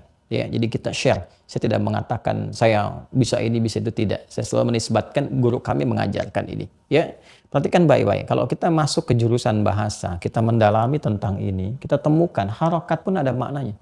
Di bahasa Arab itu dahsyat memang. Ya, dia punya tempat-tempat tertentu yang tempat rongga-rongga suara itu berdasarkan tarikan nafas ke semua tempat itu bisa mengeluarkan bunyi.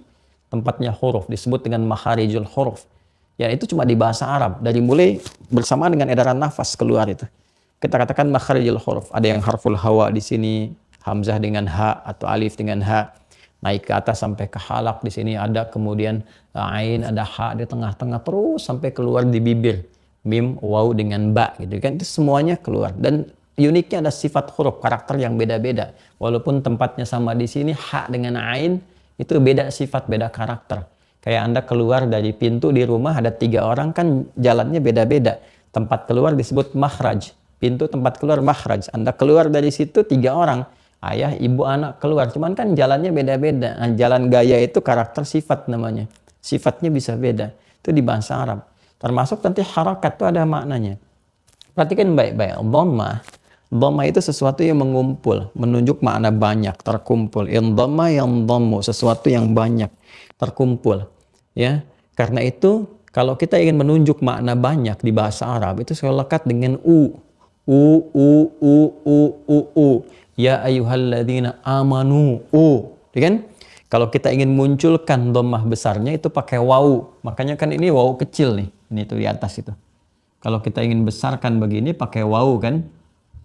Wawu ya. Kalau kita ingin tambahkan nun untuk menetapkan ke sini ya ayyuhalladzina amanu, ujungnya wawu kan? Ya kan? Wawu gitu kan, aslimu pakai wawu kan? Itu jamak. Kalau sudah menemukan wawu harakat dhammah itu jamak. Kalau ingin menetapkan bentuk jamaknya pakai un di ujungnya. Ya, alladzina yu'minun, muslimun, mu'minun, itu bentuknya jamak. Kalau jamak berarti menunjuk kepada banyak kan? Satu menunjuk kepada banyak. Pelan-pelan. Kemudian harakat ini posisinya di Arab. Yang Arab itu menempatkan satu posisi. Nah, harakat itu tempatnya di apa gitu kan? Disebut dengan rafa namanya. Rafa. I'rab itu cabang dari gramatikal bahasa Arab menunjuk pada perubahan-perubahan harakat sehingga menghasilkan dampak kepada makna. Kapan dibaca a, i atau u. Sehingga perubahan ini memberikan kesan kepada makna. Maknanya jadi apa? Kan?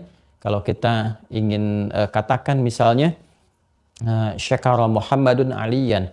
Muhammad mengucapkan terima kasih kepada Ali, gitu kan? Tapi kalau kita robah walaupun sesudahnya sama, harakatnya beda. Syakara Muhammadan aliyun. Ali yang berterima kasih kepada Muhammad. Nah, itu i'rab nanti, ya. Nah, terkait dengan ini, tempatnya dalam i'rab, dalam cabang gramatikal bahasa Arab, ini disebut rafa namanya. Rafa. Ini rafa nih. Rafa. Rafa itu artinya tinggi.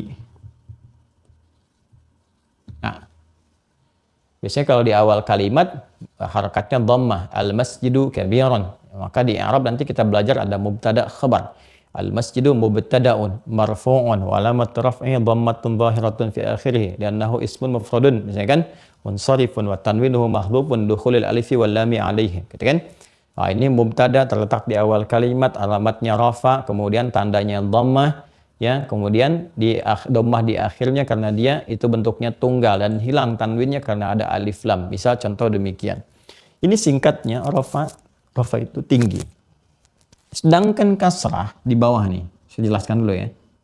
Kasrah, ini tulisannya begini. Ini di bawah. Di bawah itu rendah. Makanya disebut khafad namanya. Khafad. Ini rafa, ini khafad.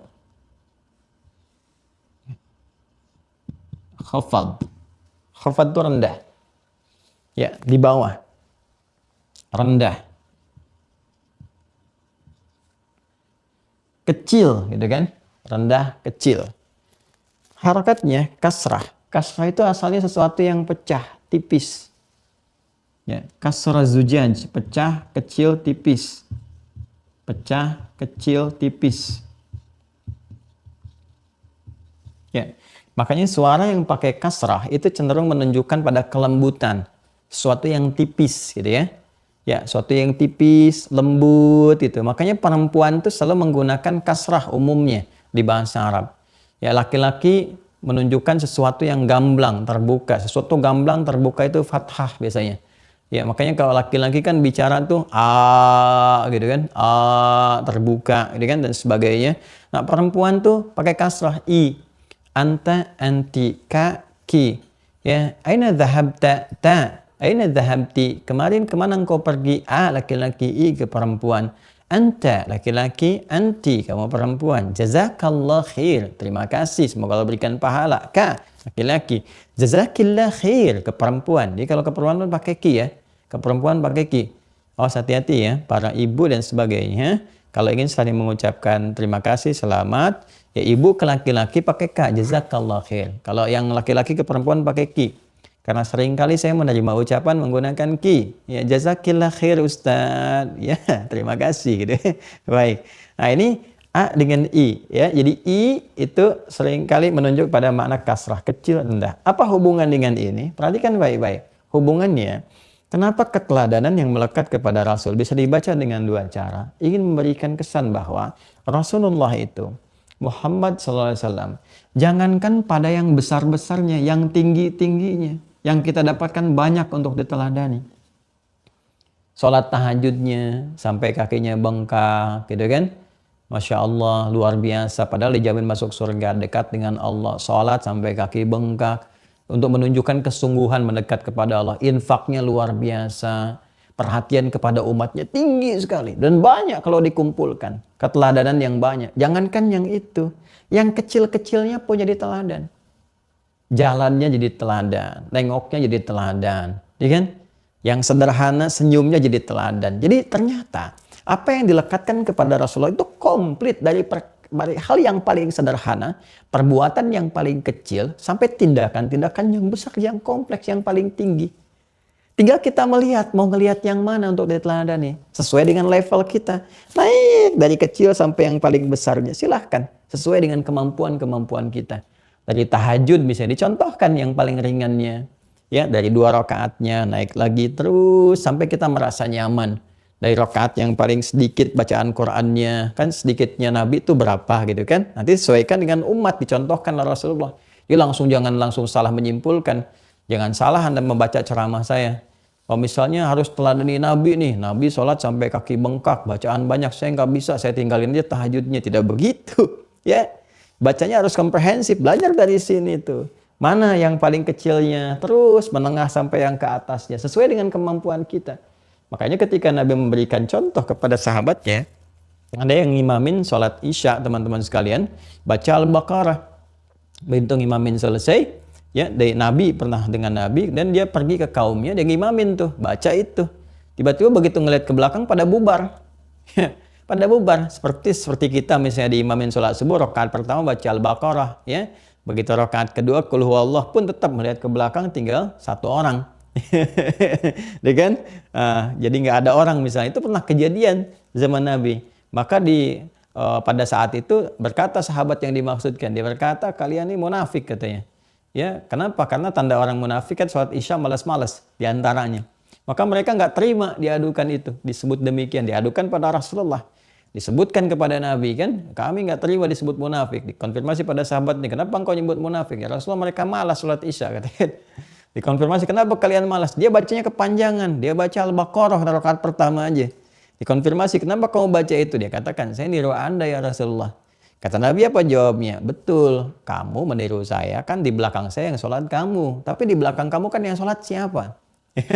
Makanya sesuaikan bacaan dengan kondisi makmum. Inilah hikmahnya nanti imam sebelum sholat, dia kemudian berbalik dulu. Dia melihat siapa makmumnya, bukan hanya mengatakan istau, istaqimu. Lalu makmum menjawab, sudah tahu, ayo sama dengan kamu. Tidak begitu. Ya.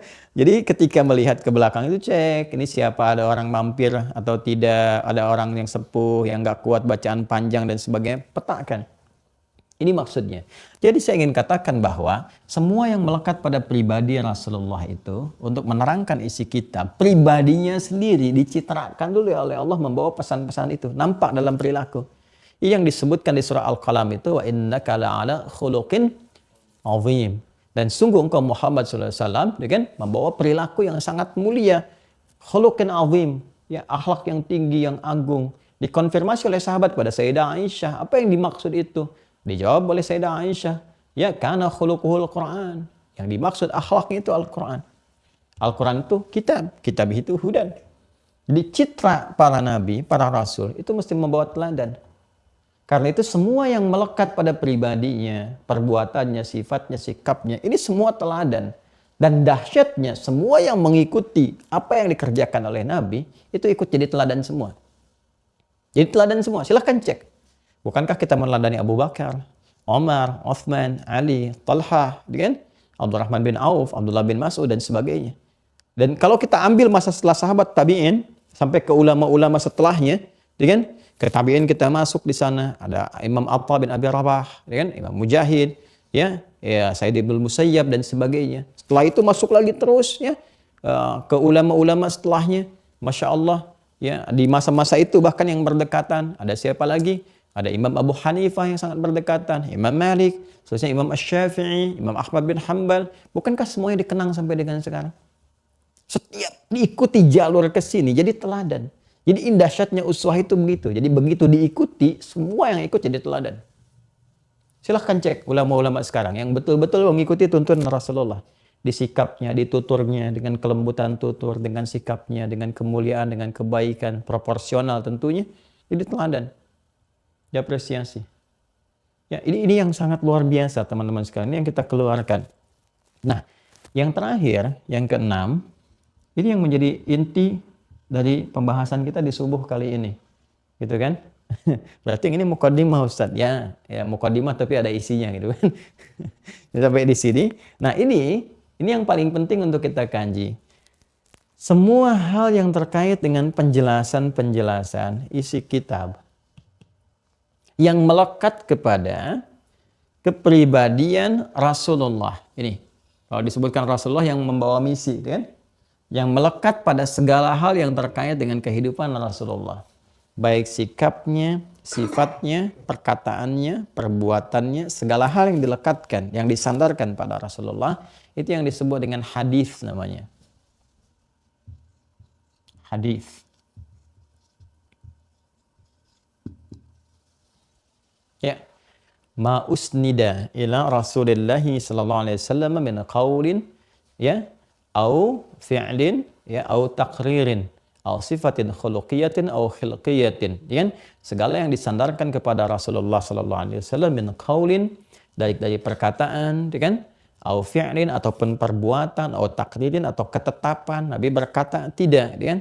Tapi mendiamkan, diamnya pun tidak melarang, tapi tidak menyontohkan juga. Artinya itu boleh, hanya mungkin boleh jadi Nabi tidak mengerjakan itu karena bukan seleranya, ya kan? Atau bukan kebiasaannya. Seperti makan dhab itu kan?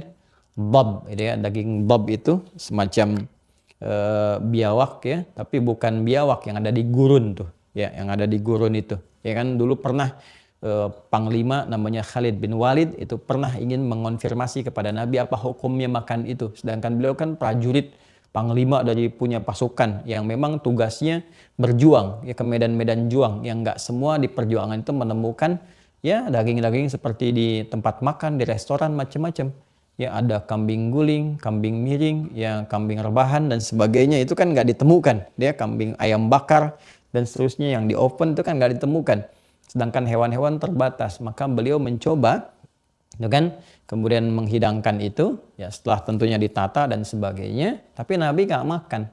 Dicoba untuk diuji ya oleh Khalid bin Walid, ketika dimakan Nabi nggak melarang, artinya ada kebolehan. Cuman Nabi nggak makan itu bukan berarti kemudian melarangnya, tapi mungkin seleranya nggak ke situ, kan? Nabi katakan ya boleh jadi saya kan kalau ada kambing kenapa makan itu, tapi bukan berarti dilarang. Ini mengonfirmasi untuk petugas-petugas tertentu atau punya misi-misi tertentu, ya, atau nanti profesi tertentu, misalnya di pasukan khusus tentara itu ada fikihnya sendiri nanti.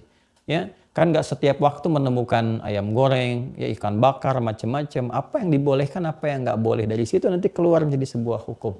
Dalam keadaan-keadaan terdesak, nah ini boleh dimakan, yang ini nggak boleh dimakan. Nah, jadi semua yang terkait dengan aspek kehidupan Nabi, baik perkataan, perbuatan, ketetapan Nabi, sifatnya, sikapnya, akhlaknya disebut dengan hadis namanya. Jelas ya? Nama hadis ini untuk membedakan dengan Quran, karena sifat Quran qadim. Ya, sifat Quran qadim karena firman ini sifatnya qadim. Al-Quran punya sifat qadim. Ya. Jelas ya? Firman, untuk menunjukkan firman ini bersumber dari Allah, sifatnya qadim. Kalau ini hadis. Ya kan?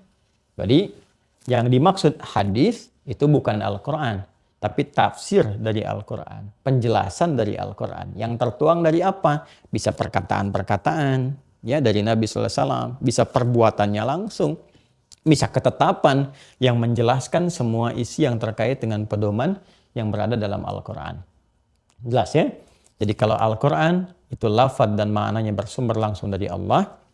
Kalau hadis ya maknanya disampaikan oleh Allah, diwahyukan kepada Nabi Muhammad SAW, tapi kemudian penjelasannya disampaikan lewat bahasa Nabi atau perilaku-perilaku yang melekat kepada beliau. Ini yang disebut dengan hadis namanya. Nah, kita tadi disebutkan diminta oleh Al-Quran langsung diperintahkan untuk meneladani kehidupan Nabi. Artinya apa? Semua apa yang disampaikan oleh Nabi yang menjelaskan tentang petunjuk-petunjuk di Al-Quran, baik lewat perilaku, perbuatannya, kan, atau perkataan, kita harus ikutin itu. Ya, karena itu idealnya. Itu yang menjadikan kita bisa berubah menjadi lebih baik, jadi teladan lagi. Ini diikuti. Ketika kita ikuti sifat kita, ya, sifat ya dari pekerjaan untuk mengikuti ini semua dipraktekkan menjadi jalan hidup, jalan yang diikuti. Jalan yang diikuti itu dalam bahasa Arab disebut sunnah namanya. Ya, sunnah. Ya, dari kata sanna asalnya. Ya, man sanna fil islami sunnatan hasanatan, kan? Ya, sunnah. Jadi kalau hadis itu lebih kepada seluruh hal keteladanan yang disandarkan kepada Rasulullah, baik berupa ajaran dan sebagainya, semua yang melekat pada kepribadian Nabi, itu disebutnya dengan apa? Hadis. Jelas ya? Perkataan, perbuatan, ketetapan dan sebagainya. Kalau kita ikuti menjadi tapak kehidupan, jalan kehidupan kita untuk kita ikuti, maka namanya disebut dengan apa? Sunnah. Ya. Jadi kalau di ilmu hadis disamakan antara sunnah dengan hadis, yaitu sama-sama saja, semua yang bersumber dari Nabi Shallallahu Alaihi Wasallam. Tapi nanti kalau dalam masuk ke hukum bisa beda lagi, ya karena itu nanti di hadis pengertian hadis dengan sunnah ada definisinya, ya. Kemudian di ilmu hadis ada definisinya, di usul fikih ada definisinya, ya. Nanti di fikih pun ada definisinya sendiri, ya. Kalau sudah masuk fikih, sunnah segala hal yang berpahala kalau dikerjakan, ya, dan tidak mengandung dosa kalaupun tak mampu untuk mengerjakannya karena kondisi-kondisi tertentu. Untuk membedakan antara hukum dengan sumber hukum. Ya, jadi kalau kita masuk ke fikih nanti hadis sumber hukum sama dengan Al-Quran sebagai sumber hukum, yang ini penjelasnya, ini firman Allahnya. Jelas ya? Kemudian nanti kalau kita ikuti sumber hukum ini dapat pahala, maka kita dengar istilahnya sunnah. Ini hukumnya sunnah, ini hukumnya sunnah, ya. Ya, ini sholatnya sebut dengan sholat sunnah, berhukum sunnah. Itu kalau sudah masuk ke ranah fikih. Karena kita sekarang ngajinya dalam konteks hadis untuk menguatkan akidah, maka kita jelaskan dasar dulu pemahamannya. Jadi kalau sudah masuk fikih, kita tajamkan ini. Ya, pelan-pelan ya. Jadi ini asalnya kita temukan kalimat hadis, kalimat sunnah dari sini. Hadis, semua yang bersumber pada keterangan dan disebutkan pada Rasulullah, baik berupa perkataan, sikap, sifat, dan sebagainya, atau ketetapan. Sunnah ini jika kita mengikuti semua ini sebagai jalan kehidupan sunnah. Ya, dari sini kita dapatkan misalnya ada slogan Al-Quran dan Sunnah, Al-Quran dan Sunnah, kembali pada Al-Quran dan Sunnah, Al-Quran Sunnah. Ya, jadi ya ini untuk semua umat Islam, bukan golongan tertentu. Jadi kalau tagline Quran Sunnah itu bukan pada golongan tertentu atau kelompok tertentu, bukan. Semua orang Islam mesti kembali pada Al-Quran, pada Sunnah. Ya kalau nggak ngaji lewat Quran dengan hadis, dari mana kita ngajinya? Ya kan? Semua pasti kembali ke sini. Ya gimana orang bisa sholat kalau nggak baca hadis-hadis? Ya sholatnya dari mana? Ya pasti sudah mengikuti sunnah. Nggak ada orang Islam yang nggak ikuti sunnah. Cuma tahapan-tahapan untuk mengikuti tentu berbeda-beda sesuai dengan dasar keilmuan masing-masing dan karakternya. Karena di situ ada muqtadal hal dalam fikih dakwah itu. Ada kesesuaian, nggak bisa semua orang dipaksakan. Jadi kan ada level-level tertentu, membuka keringanan, ada kemudahan, ada cara-cara sesuai dengan objeknya dan sebagainya. Karena itu kalau ada misalnya, yuk kita ngaji Al-Quran dengan Sunnah, Al-Quran dengan Sunnah, artinya ya kembali kepada Islam, ngaji yang benar, ngaji yang baik, gitu kan? Dan tidak harus terbawa kepada satu monopoli kelompok tertentu. Nah, ini misalnya ngajinya Sunnah, kalau ngaji Sunnah berarti kelompok ini aja, yang lain tidak, ya gimana? Itu bukan demikian cara memahaminya. Ya, tidak demikian, itu keliru pemahaman. Apalagi kalau dilebarkan lagi, Ustadz Sunnah dengan Ustadz yang bukan, ini kan agak repot juga itu. Ya, saya nggak mengerti juga dari mana dapat istilah-istilah begitu ya. Itu istilah kekinian aja tuh, dulu-dulu nggak ada begitu gitu ya. Jadi kalau Ustadz Al-Quran, Ustadz Sunnah, ya kita belajarnya semua sama, kembali pada Quran, kepada Sunnah. Semua Ustadz pasti mengacu ke sini. Kalau ada yang nggak mengacu ke sini, pertanyakan ke ustadannya gitu kan. Nah, cuma tingkatan-tingkatan di sini nanti kalau udah ngaji fikih kita tajamkan. Ya, misal apa? Misal ada yang sifatnya satu panduan baku yang nggak boleh beda, itu pokok. Seperti apa misalnya? Seperti saat kita bertakbir, bacaannya satu bacaan Allahu Akbar, gitu kan? Nah, itu karena semua diduga bisa melakukannya. Tapi kalau kita akan sujud, kan ada dua tuntunan. Bisa menggunakan yang lutut, gitu kan? Bisa menggunakan yang mana? Yang telapak tangan. Boleh menggunakan itu. Yang pakai lutut dari Wa'il bin Hujr. Ya di Abu Daud nomor hadis 838. Yang pakai telapak tangan nanti boleh dari riwayat Abu Hurairah.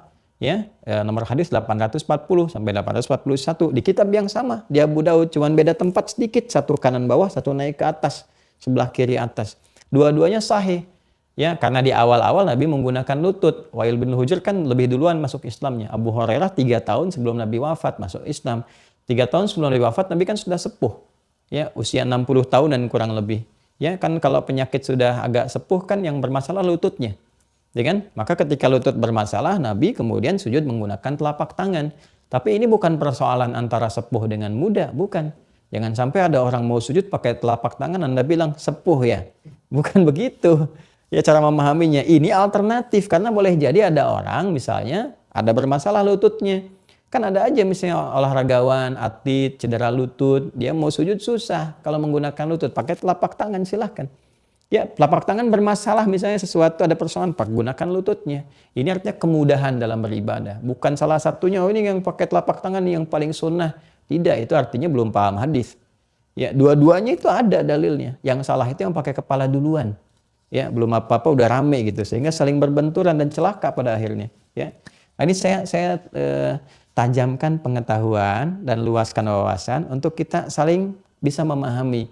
Ya, jadi mengaji pun jangan dibatasi. Ustaz Adi Hidayat saya tidak demikian. Silakan ustaz lain banyak yang baik-baik sepanjang menerangkan kebaikan-kebaikan. Poinnya 2, mendekatkan kita kepada Allah. Kemudian yang kedua, menambah pengetahuan kita dan membangun harmoni dalam kehidupan. Ya, alhamdulillah kita kan tidak dituntut dengan amalan orang lain gitu. Kita hanya menyampaikan risalah dengan baik, silahkan. Dan kuncinya perbaiki diri sendiri. Jangan sampai diri belum baik, sudah banyak menyoal orang lain, itu jadi persoalan. Ya, kembali ke sini ya teman-teman sekalian. Ini yang dimaksudkan hadis. Nah, kemudian kalau diikuti menjadi apa? Sunnah. Artinya nanti kalau ada misalnya ajakan kepada kita kembali kepada Quran dan Sunnah, artinya ngaji lagi, turunkan lagi dengan baik. Lihat apa yang dibawa Rasulullah, jadikan sebagai pedoman kehidupan. Penutup yang terakhir, ini yang seringkali kalau saya amati ya, sejak dari kepulangan ke Indonesia, saya lihat sampai dengan sekarang, justru esensi ini yang belum tampil ke kehidupan kita. Kita banyak terjebak kepada diksi ini. Ya, terjebak di sini sehingga kadang-kadang melahirkan friksi juga. Ini yang kita perbaiki. Jangan sampai seperti itu gitu kan. Nah, sehingga saya juga sering mengajak ya, kalau ada ustadz-ustadz tuh pada kumpul ya, duduk-duduk semua aja diskusi. Terus kemudian spesialisasinya kalau ada database-nya bagus juga tuh. Database di bidang ini, nyampaikan apa. Di lingkungan ustadznya diskusi dulu tuh, semua ada kesepahaman dengan baik. Sampaikan kemudian ke masyarakatnya dan diberikan pengertian-pengertian. Kalau ini mengamalkan ini dalilnya ini, ya. Kalau Anda ingin seperti ini dalilnya yang ini, silahkan. Yang penting jangan berbeda di pokok, jangan berbeda di usul. Ya, sholat subuh sama-sama 2 rakaat itu pokoknya.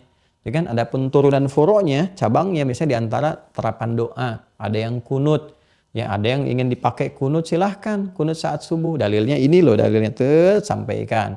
Yang pernah praktekkan siapa di kalangan sahabat ini, kalangan tabi'in ini, kalangan ulamanya siapa? Wah, ini Imam Syafi'i praktekkan jahar setelah ruku. Imam Malik juga kunut. Imam Malik kan dulu di Madinah, itu mufti Madinah, disebut Imam Darul Hijrah. Imamnya Madinah itu Imam Malik. Ya kan? Hanya terjadi pergantian kekuasaan sekarang dari dinastinya Bani Sa'ad, ya kan? Diterapkannya mazhabnya Imam Ahmad. Imam Malik diterapkan di mana? Wilayah Afrika Utara banyak. Saya itu sempat kuliah di Libya. Saya di Libya itu Imam Malik itu imamnya Madinah. Jadi kalau kita mau gali manhajnya Madinah, saya pelajari mazhabnya Imam Malik itu. Imam Malik itu kunutnya apa? Sebelum ruku, tapi sir, nggak dijaharkan. Jadi di rakaat kedua sebelum ruku itu kunut. Ya, ada yang memilihnya kunutnya di nazilah aja. Nazilah seperti Imam Ahmad bin Hanbal, kalau ada kejadian baru kunut, meruntut kepada sebab-sebab Nabi menunjukkan doa itu. Ya, ada yang memilih udah tidak kunut di situ seperti Imam Abu Hanifah, dalilnya ini. Semua ada dalil itu di furu' dan semua saling menghormati. Saling menghormati semua di situ. Tapi semua, mau yang kunut, mau yang tidak, tetap sholat subuhnya 2 rakaat. Kan itu yang pokok. Ya, jadi yang kita soal itu kalau ada orang sholat subuh 4 rakaat, baru kita soal. Ya kalau masalah kunut dengan tidak, nggak ada masalah. Kalau imamnya dia kunut, yang di belakang mengaminkan. Kalau imamnya tidak kunut, yang di belakang jangan sujud sahwi. Ya kan? Begitu sudah salam ya selesai, jangan sujud sahwi lagi. Persis kayak Anda misalnya ke Mekah, kan nggak ada jamaah haji yang sujud sahwi, ya kan? Nggak ada juga begitu kunut, misalnya Allahumma hadina fiman hadait, bid'ah, kan tidak begitu juga gitu. Ya nanti kalau udah masuk bab fikih saya tajamkan, termasuk dalilnya mana, ini mana, ini mana. Kemudian ini madhab itu kan bukan kelompok, ini pendapat yang diambil berdasarkan dalil ini. Cuman ketika kemudian menjadi satu komunitas, ingin mendawamkan melalui jalur ini seakan-akan jadi satu kelompok gitu. Ya, nanti kita tajamkan saat masuk bab fikih. Saya ingin, kenapa saya singgung itu perdalam, supaya kita tampil harmoni dalam kehidupan, karena mengerti dengan ilmu, bukan dengan doktrin. Kalau dengan ilmu kita paham, nanti kita hormati orang lain, oh karena begini, karena seperti ini. Kalau ada ingin ngaji, membawa nama sunnah, bagus, oh mungkin yang ini diterapkan, alhamdulillah. Jadi kita mengerti dengan keilmuan, bukan dengan doktrin. Karena itulah nanti membangun harmoni baik. Jangan sampai pulang ke rumah ribut suami istri, yang satu ngaji ini, satu ngaji begini, karena satu di doktrin A, satu doktrin B, jadi persoalan. Ya, kan ngaji itu menyatukan, memperbaiki, bukan memecahkan, bukan menghadirkan persoalan gitu. Ya, ini yang harus kita tajamkan pada jiwa kita. Nah, sekarang apa yang sering belum banyak terungkap di balik ini esensinya? Ini esensinya. Jadi bukan perdebatan di sininya. Esensinya adalah karena Al-Quran ini hudan, dijelaskan oleh hadis, diikuti dalam bentuk sunnah, dan ini fungsinya sebagai penjelas. Tibyanan, kan, di kulli syai'in. Kan Al-Quran sebagai tibyan, sebagai pengukur parameter dalam segala hal. Kemudian hadisnya penjelas dalam sebagai tafsir, semua tafsir, penjelasan dan sebagainya. Artinya semua aktivitas berkehidupan, ya, dari mulai bangun tidur sampai tidur lagi, penjelasannya ada di sini. Sumber referensi utamanya di sini, dijelaskan di sini. Bahkan bukan hanya dari perkataan, ya, bukan hanya dari perkataan, ada perbuatan, ada ketetapan, macam-macam. Karena itu dalam perkataan pun kita punya istilah sendiri. Kalau dari Allah itu firman, Allah berfirman. Kalau dari sini sabda kan, untuk menunjukkan satu ketinggian, ya, informasi hierarkis, secara hierarkisnya membedakan bagaimana kata-kata manusia dengan turunan ke atasnya. Ini, ya, manusia biasa kan ke bawahnya ini berkata gitu kan. Manusia berkata, walaupun di bahasa Arab bisa sama-sama dikaulkan, qala ta'ala, qala Rasulullah, kan? Ya, qala Imam Syafi'i dan sebagainya, itu qala biasa. Tapi ketika kita terjemahkan, kita membuat satu perbedaan dari istilah-istilah ini untuk menunjukkan sebuah kesan. Ya kan? Ini firman Allah berfirman, Nabi SAW bersabda, ya kan? Imam Syafi'i berpendapat, berkata demikian, untuk memberikan kesan bahwa yang ini sumber hukum utama Al-Quran, yang ini hadis. Nah, kembali ke yang tadi, secara singkat, saya ingin tutup. Ketika kita pahami ini semua dengan pemahaman dasar tadi, bahwa ini penjelas keseluruhan ini, pedoman berkehidupan, secara singkatnya adalah diminta untuk diikuti. Kalau kita ikuti, mesti ada jelas kan susunannya? Kan? Tersusun dengan jelas, rapi. Kalau tadi dikatakan, ini petunjuk diikuti dari bangun tidur sampai dengan tidur lagi. Berarti kan mesti terstruktur jadi kurikulum kan? Ada babnya sendiri kan? Ada topiknya sendiri. Berarti saya menginginkan petunjuk untuk bangun tidur. Terus, ya, dari berwudu, dari ke toilet. Setelah bangun kan ngapain setelah bangun tidur? Terus sampai ke bekerja gitu kan? Makan, minum, berpakaian, terus sampai tidur kembali. Dari bangun tidur sampai tidur lagi. Kita harus punya bab-bab ini. Nah, Nabi di masa hidupnya menjelaskan, memberikan tuntunan kepada kita. Dituntun kita begini lewat kehidupan sahabat kan pada masa itu. Dijelaskan. Jeniusnya sepeninggal Nabi Muhammad SAW ditelusuri ini semua petunjuk-petunjuk ini. Dari sahabat mewariskan lagi. Sahabat-sahabat yang berinteraksi dengan Rasulullah tahu ini begini, Nabi begini, disampaikan ke generasi setelahnya. Generasi setelahnya. Jadi urutan dari Rasulullah disampaikan kepada generasi sahabat. Ini macam-macam nanti. Ada laki-laki, perempuan, turunannya beda-beda lagi. Ada anak kecil sampai dewasa, sampai ke yang paling sepuh. Ini generasi selanjutnya ada tabi'in. Sampai ke kita nih, kontemporer. Nah, perhatikan baik-baik. Nabi menyampaikan, ini jalur kehidupan, contohkanlah beliau, sunnah Nabi bagaimana dan seterusnya. Sampaikan di sini. Di sini dirangkum. Ya, lalu diajarkan kembali kepada murid-murid, menyebar tuh. Ada yang ke Kufah seperti Imam Ali bin Abi Thalib, ada yang ke Yaman seperti Mu'adz bin Jabal dan sebagainya. Ada yang ekspedisi sampai ke Afrika Utara, sampai ke Syam seperti siapa namanya? Ada Amr bin As, gitu kan? Itu kan ekspedisi tuh dari Afrika Utara terus sampai nanti yang biasa nyukur Nabi itu meninggalnya di Tripoli. Ada makamnya itu. Itu semua sampai ke Syam, Syria sekarang. Semua mengajar semua sampai menyebar. Ya, sampai bahkan ada yang ke Asia dan sebagainya, sampai ke Cina sana seperti Sa'ad bin Abi Waqqas seperti digambarkan dalam beberapa riwayat, ya kan? Dan mampir di antaranya ada mampir ke Baros 414 km dari kota Medan itu. Itu menyebar dari situ kemudian ke Nusantara. Ini menyebar. Transmisi urutan penjabaran ini, ya pengajaran dari sumber hukum itu disebut dengan sanad namanya. Nah, ini yang kita punya ini, tradisi ini yang kita punya. Jadi untuk memastikan otentisitas ya dan validitas, keaslian dan kebenaran apakah bersumber dari Nabi atau tidak, itu ulama membuat sebuah spesialisasi. Ya, spesialisasi bidang ilmu, di ilmu hadis. Karena ini terkait hadis, maka ada ilmunya, ilmu hadis namanya. Jadi cek benar nggak si fulan, ini sahabat yang menerima dari Nabi siapa? Dipastikan dulu. Sahabatnya perilakunya bagaimana, ya. Lalu sepakat semua sahabat semuanya adil, baik semua dan sebagainya. Maka level di bawah ini, yang transmisi selanjutnya, tabakoh namanya, tingkatan setelahnya. Discipulan siapa? Dibikin. Oh, nggak boleh nih, nerimanya langsung misalnya dari tabi'in disampaikan kepada Nabi. Kalau dari sini kehilangan satu ini mursal namanya. Kalau ada yang bertanya hadis mursal apa? Yang dinisbahkan langsung kepada Rasulullah, sementara hilang satu tingkatan. Ya, maka dilihat ada yang menguatkan nggak sisi lainnya, ada yang pernah menerima nggak? Kalau ada syahidnya diterima, kalau tidak jadi masalah. Ya, terus ini pun yang menerima dicek lagi perilakunya bagaimana. Kalau menyimpang dikit, kurang ingatan macam-macam itu bisa berkurang. Sehingga kita punya tradisi ini yang nggak dimiliki di tempat-tempat lain untuk memastikan kebenaran risalah yang sampai kepada kita. Ini yang kita punya nih. Ini bagian pertama yang ingin saya tekankan ini. Ya, sehingga nanti ada istilah hadis sahih. Mattasala isnaduhu binaqlil adlid dhabiti anil adlid dhabiti min ghairi syudzudin wala illatin qadihah.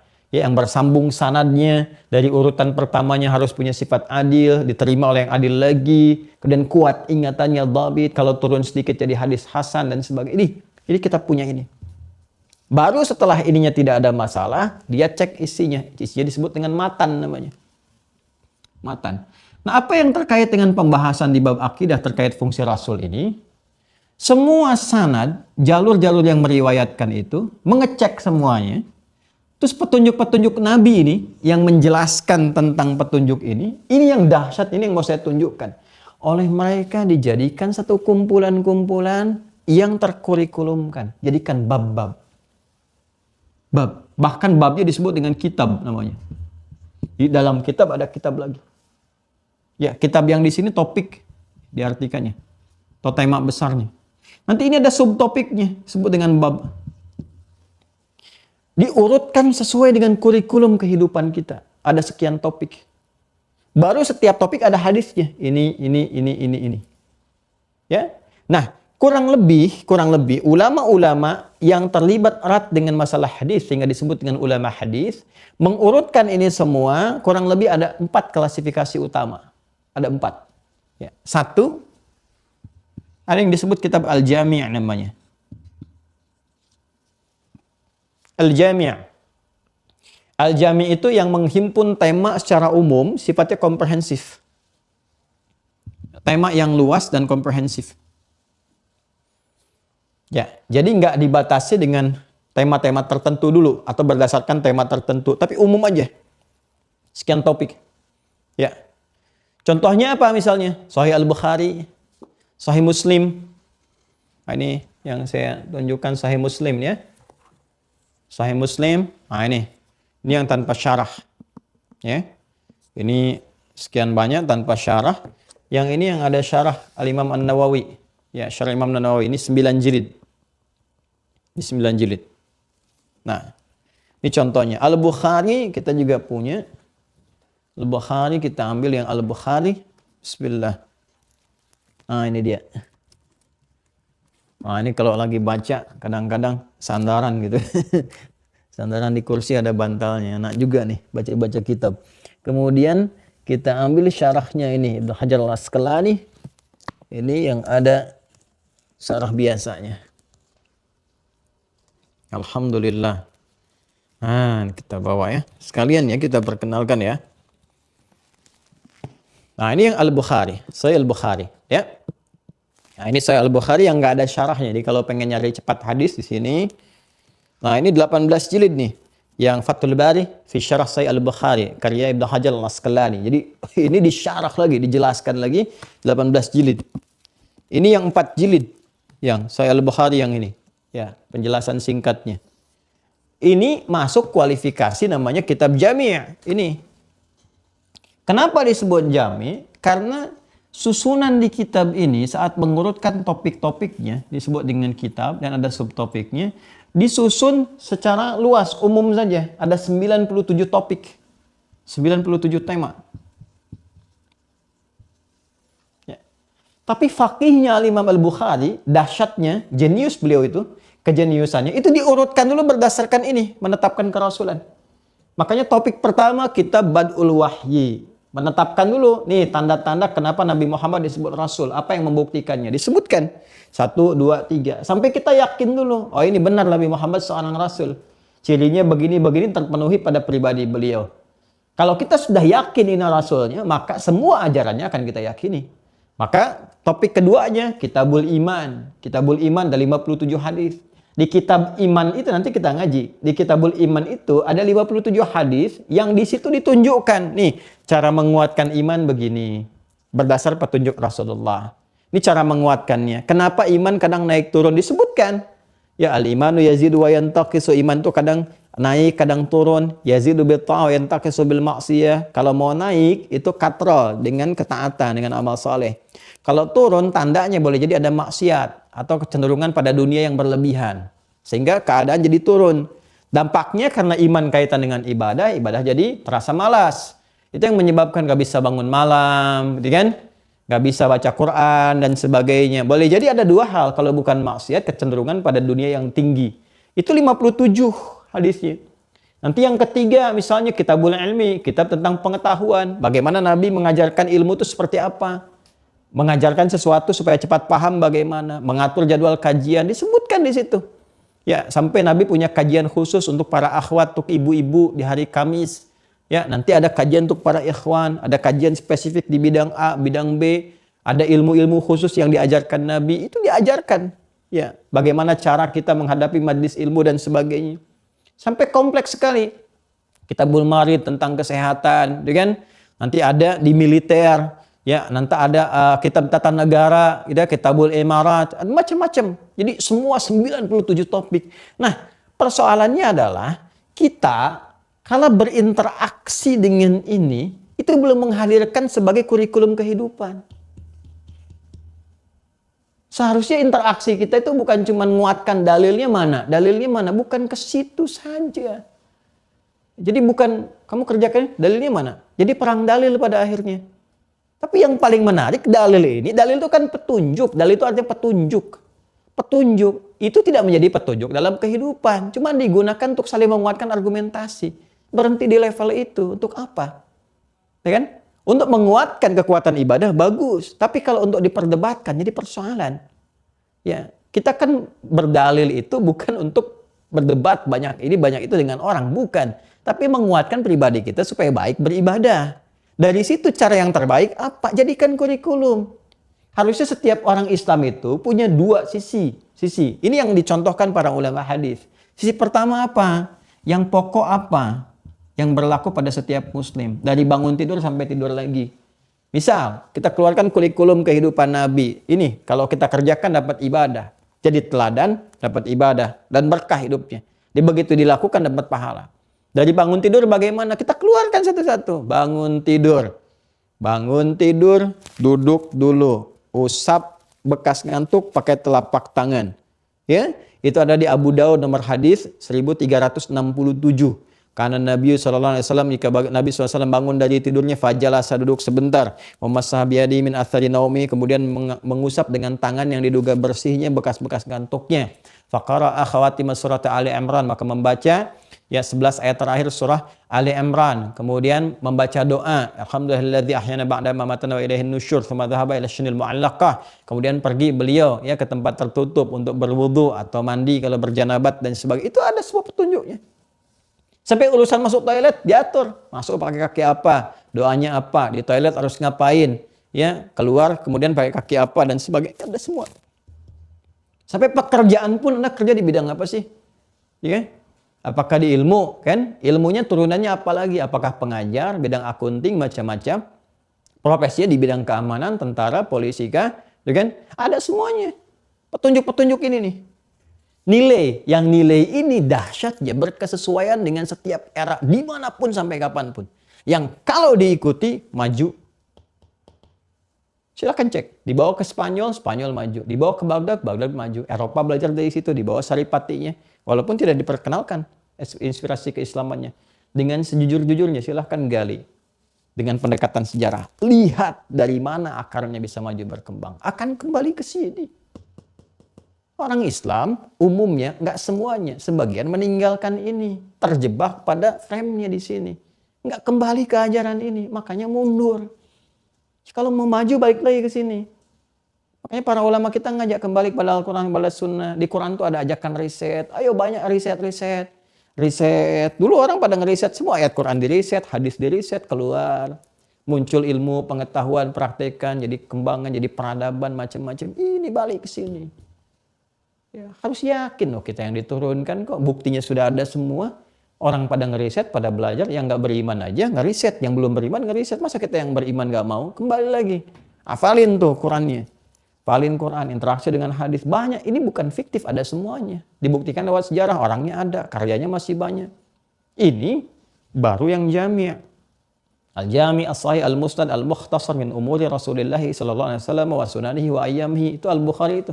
Yang kita singkat dengan Sahih Al-Bukhari. Kitab yang sangat komprehensif. Kata beliau ini kitab komprehensif. Saya sudah teliti, saya tampilkan dengan ringkas. Semua tersambung pada Rasulullah, berisi kehidupan Nabi SAW dan hariannya. 24 jam itu Nabi ngapain.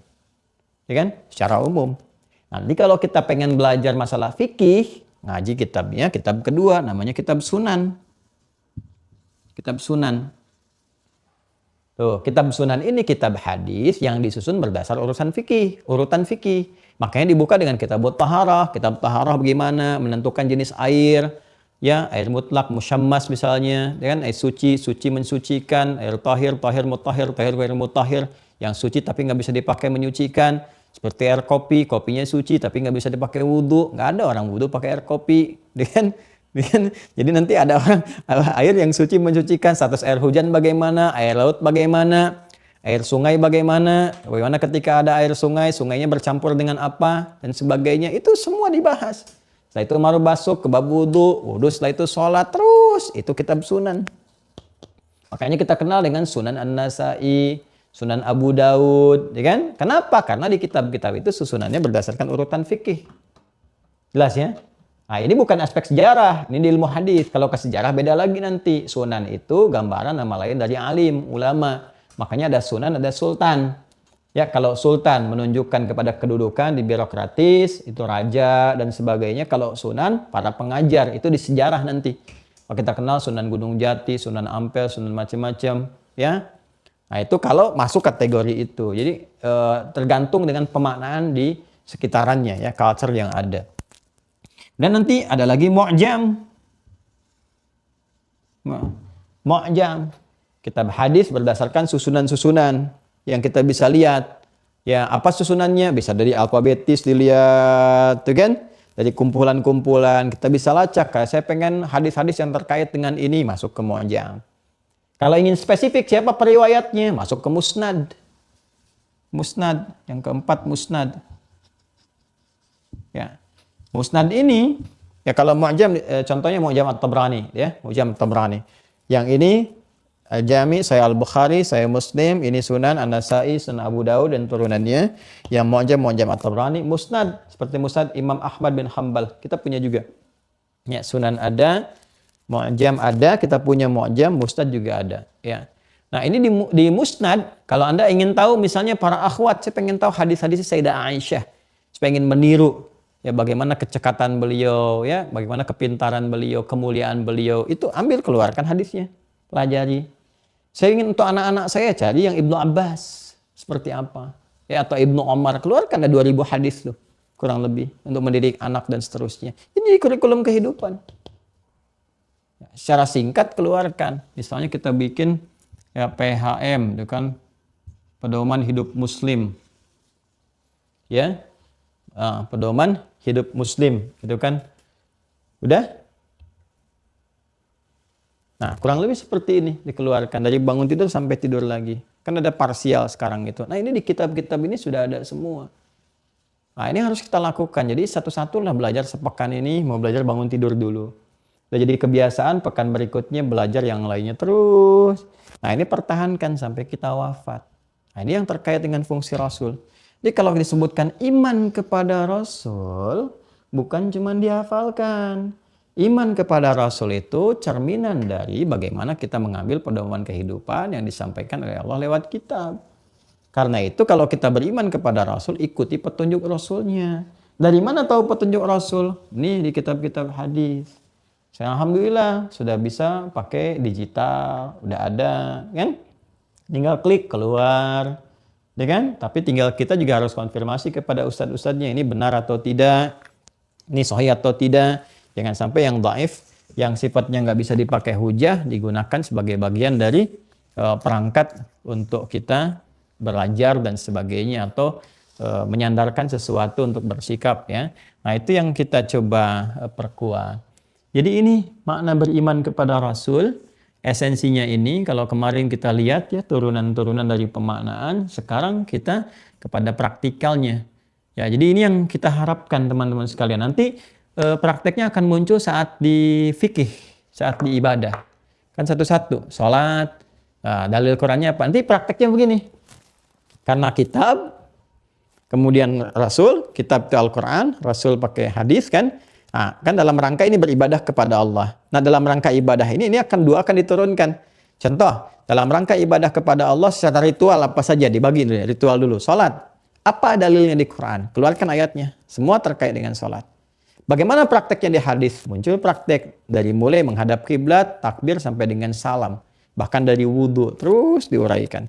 Ya, Qurannya apa? Hadisnya apa? Contohnya bagaimana? Ulama bagaimana mengajarkan? Karena harus bersandar pada keterangan ulama. Ya, nanti pas di fikih saya detilkan. Kita ada bagannya juga sampai ke atas sampai kita memahami dengan baik. Nah, seperti itu kurang lebih, pertahankan sampai wafat.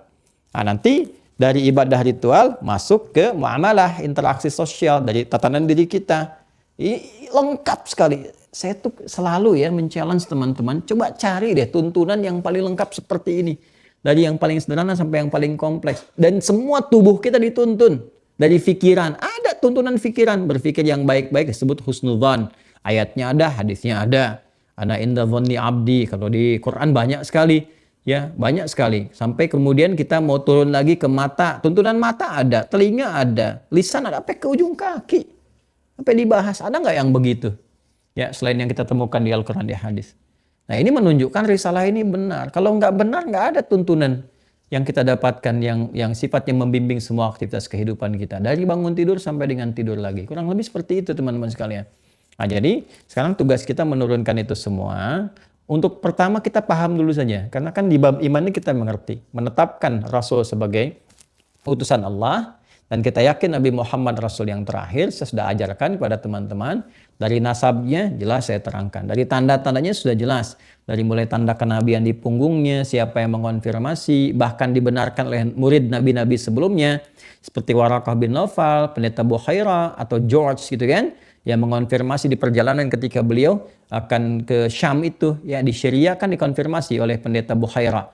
Ya, beliau itu termasuk murid-murid yang tersambung kepada Nabi Isa alaihissalam ketika melihat itu, ya, beliau yakin, ini yang dimaksudkan Nabi Isa dulu, bahwa ada Nabi terakhir, sifatnya disebut dengan Ahmad, tanda-tandanya begini dan sebagainya, tahu. Ya, begitu disampaikan kepada pamannya untuk dibawa pulang. Ya, diteruskan kan, ini ditanya satu-satu, anak kamu bukan? Jawabnya anak saya itu bukan.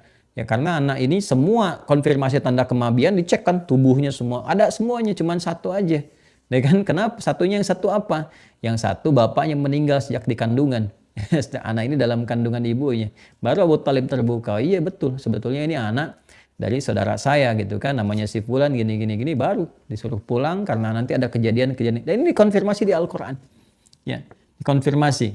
Ada orang yang tidak menginginkan bahwa Nabi ini lahir dari kalangan suku tertentu, pengennya dari kalangan garis dari keturunan dia, gen dia gitu kan. Maka kalau ketahuan ini akan beresiko, maka dibawa pulang.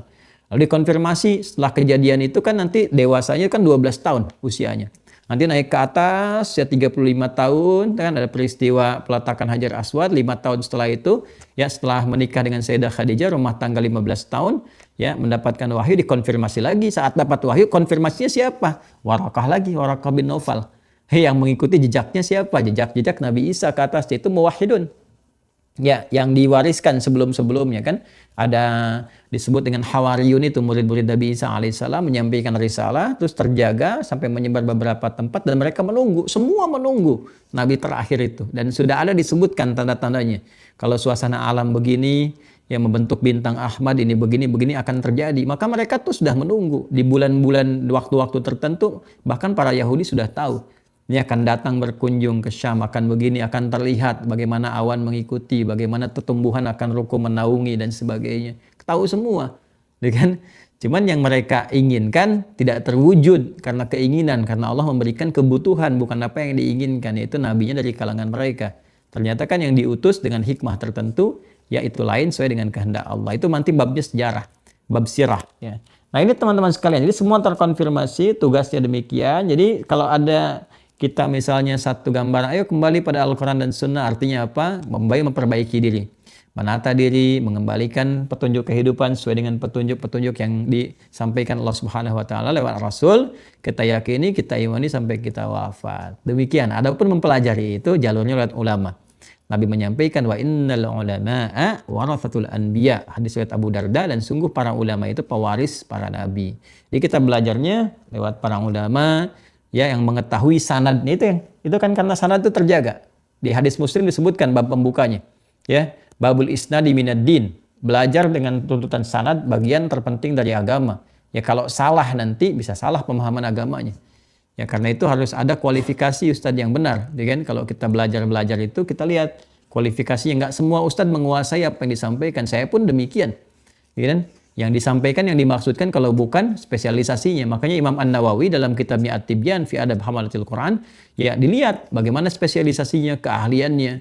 Jangan semua ustadz harus diberikan tema. Ibu bapak kalau bikin pengajian yang proporsional. Ya, jangan guru tafsir disuruh nerangkan masalah fikih yang akan nyambung. Ya kan? Ya, ini yang sering terjadi. Kawan saya baru pulang dari Timur Tengah, dia ambil jurusan apa? Pertanian, pulang-pulang ke Indonesia suruh ngajar tafsir. Dia ketawa kan kepada saya, dia menyampaikan, saya suruh ngajar tafsir Ustaz Adi, katanya. Saya ajarin tafsir kurma. Ya, ini kita proporsional aja, proporsional ya. Yang belajar mau dimanapun. Alhamdulillah ada guru. Ya, ini lulusan Madinah, alhamdulillah. Lulusan Ummul Qura, alhamdulillah. Lulusan Al-Azhar, alhamdulillah. Di Tripoli, ya, alhamdulillah. Dari Tunis, alhamdulillah. Dari Indonesia, alhamdulillah, banyak. Ya, alim-alim kita itu, Masya Allah, dari Indonesia tuh. Dari daerah-daerah, apalagi luar biasa penguasaan kitab kuningnya, pemahaman kitab, dan cuma tawadhu aja. Tawadhu, nggak punya banyak channel YouTube gitu kan. Yang kalau ngaji itu Masya Allah pemahamannya, itu yang saya sering referensikan teman-teman belajar lah. Dan proporsional. Kalau memang nggak sepakat, jangan dicela. Ya nggak usah diikuti, ikut enggak. Ya, ini yang paling lucu gini, diikuti sampai habis tapi nyelain gitu. Aneh nih. Ya nyela tapi tapi ngikutin gitu ya. Benci tapi rindu gitu. Ya diikutin hanya untuk nyela. Tapi alhamdulillah mudah-mudahan dapat hidayah gitu kan. Ini kan menarik gitu. Nah, udah kalau nggak sepakat tinggalkan, kan? Nanti ngaji dengan yang kira-kira cocok. Tapi yang terukur, yang baik. Kalau kira-kira dapat kebaikan, ambil. untuk pedoman dalam kehidupan. Tapi kembali ke masing-masing, kan prinsipnya la ikraha fiddin, tidak ada paksaan. Ya, kalau murid-murid saya tidak boleh mencela siapapun ya. Ya, termasuk kalau ada orang yang keliru pun jangan dicela orangnya. Ya, karena boleh jadi mungkin tidak bermaksud demikian, mungkin salah ucap. Harus seperti itu dulu, nanti perbaiki perbuatannya. Yang kita koreksi pernyataan, tindakan, tapi tidak harus membenci orangnya karena setiap orang itu masih punya hak untuk mendapatkan kesolehan, kebaikan. Firaun aja masih punya hak kok untuk jadi soleh, dikirimkan 2 nabi, cuman dianya memang yang bertahan dengan salah. Itu kan. Jadi kalau sekarang tidak ada yang seperti Firaun, jangan bersikap buruk ya, jauhi sikap mencela. Dalam taklim juga dalam mengajar tidak boleh mencela, menghina orang lain, menghardik, menjelek-jelekan. Tidak, perbaiki perbuatan. Perbuatannya perbaiki, itu yang kita pelajari, ambil hikmah dari situ dan doakan supaya baik. Ya, dan itu proporsional. Nanti kalau ada tindakan-tindakan tertentu, ya di agama juga nanti ada porsinya. Porsi untuk menyesuaikan dengan itu semua. Itu yang saya ajarkan. Kalau memang ada kurang berkenan atau saya salah, ya mohon dikoreksi. Ya, atau boleh jadi kemampuan saya sampai di situ. Nanti ada ustadz-ustadz yang lebih baik. Nanti ada porsinya sendiri. Ada ustadz spesialis amal ma'ruf, ada ustadz spesialis nahi mungkar, gitu kan. Ada ustadz spesialis amar ma'ruf nahi mungkar, gitu kan. Dan sebagai macam-macam lah, sesuai dengan apa yang Allah tetapkan, tapi garisnya ini. Yang Rasul pandukan. Kalau mau amar ma'ruf, gimana tuntunan Rasulnya? Kalau mau nahi mungkar, gimana tuntunan Rasulnya? Dan kita sebagai awam cukup perbaiki diri kita. Jangan menilai berlebihan. Ya, jelas ya. Nah, kemudian ini kita lakukan sampai kapan ngikutin ini? Makan, cari petunjuk Rasulnya. Yang sederhana dulu aja, berpakaian, bagaimana Rasul contohkan. Lewat yang mana dulu, bagaimana berpakaiannya, pakaian apa yang digunakan. Kan ada kualifikasinya. Ya, yang menutup aurat bagaimana? Jangan lomba-lomba sama binatang. Ya, nggak akan menang. Binatang itu makin seksi, makin terbuka. Jadi kalau lomba-lomba terbuka, binatang jagoan nanti. Ya, yang juara itu nanti, yang juara. Ya, maka mulai perbaiki pakaian bagaimana Rasul mencontohkan yang baik-baik. Yang perempuan lihat istri Nabi dan seterusnya, ya kan dicontohkan ada ayatnya, ada hadisnya dari pakaian. Cara makan bagaimana, bekerja nilainya seperti apa dan sebagainya. Itu aja konsisten.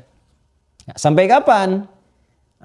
Ketika bicara sampai kapan, maka muncullah simpul kelima. Di simpul kelima ini kita akan diingatkan. Di situ kita bertahan. Ya, sampai akhir dari kehidupan kita atau memang kehidupan ini berakhir. Sampai akhir dari kehidupan kita datangnya kematian atau memang akhir dari kehidupan ini ya semua kehidupan berakhir. Maka nanti simpul yang kelima akan menjelaskan kepada kita untuk memotivasi kita sampai titik akhir tugas kita sebagai khalifah di bumi ini dijalankan dan kembali kepada Allah Subhanahu wa taala. Karena itu selesai pembahasan kita. Terima kasih. Semoga Allah memuliakan kita. Mohon maaf kalau hari ini dan sebelumnya atau mungkin besok lusa Anda temukan hal-hal yang kurang tepat. Mohon berkenan, ini menunjukkan ketidaksempurnaan saya. Dan saya memang masih manusia. Semoga Anda berkenan memaafkan. Semoga Allah mengampuni dosa-dosa kita. Dengan segala kerendahan hati, kalau ada kebaikan-kebaikan itu bukan bersumber dari saya, itu petunjuk dari Allah dan Rasulnya yang kiranya bisa kita ambil sebagai bagian positif untuk berkehidupan yang baik. Terima kasih. Mohon maafkan saya sekali lagi. Allahumma taqabbal minna innaka antas sami'ul alim wa tub 'alaina innaka antat tawwabur rahim. Allahumma ij'alna min ahbabi rasulika al-mustafa sayyidina Muhammad sallallahu alaihi wasallam. Allahumma ij'alna min atba'i sayyidina Muhammad sallallahu alaihi wasallam. Allahumma barik lana fi hadzal yawm wa khasatan fi hadzal yawm yaumul jum'ah ya rabbal alamin. Barik lana fi umrina wa fi umurina wa fi hayatina wa fi mamatina wa sallallahu ala sayyidina Muhammad wa ala alihi wa sahbihi ajma'in. Wa akhiru da'wana subhanakallahumma wa bihamdika nasyhadu an la ilaha illa anta nastaghfiruka wa natubu ilaik. Walhamdulillahi rabbil alamin. Demikian, terima kasih. Assalamualaikum warahmatullahi wabarakatuh.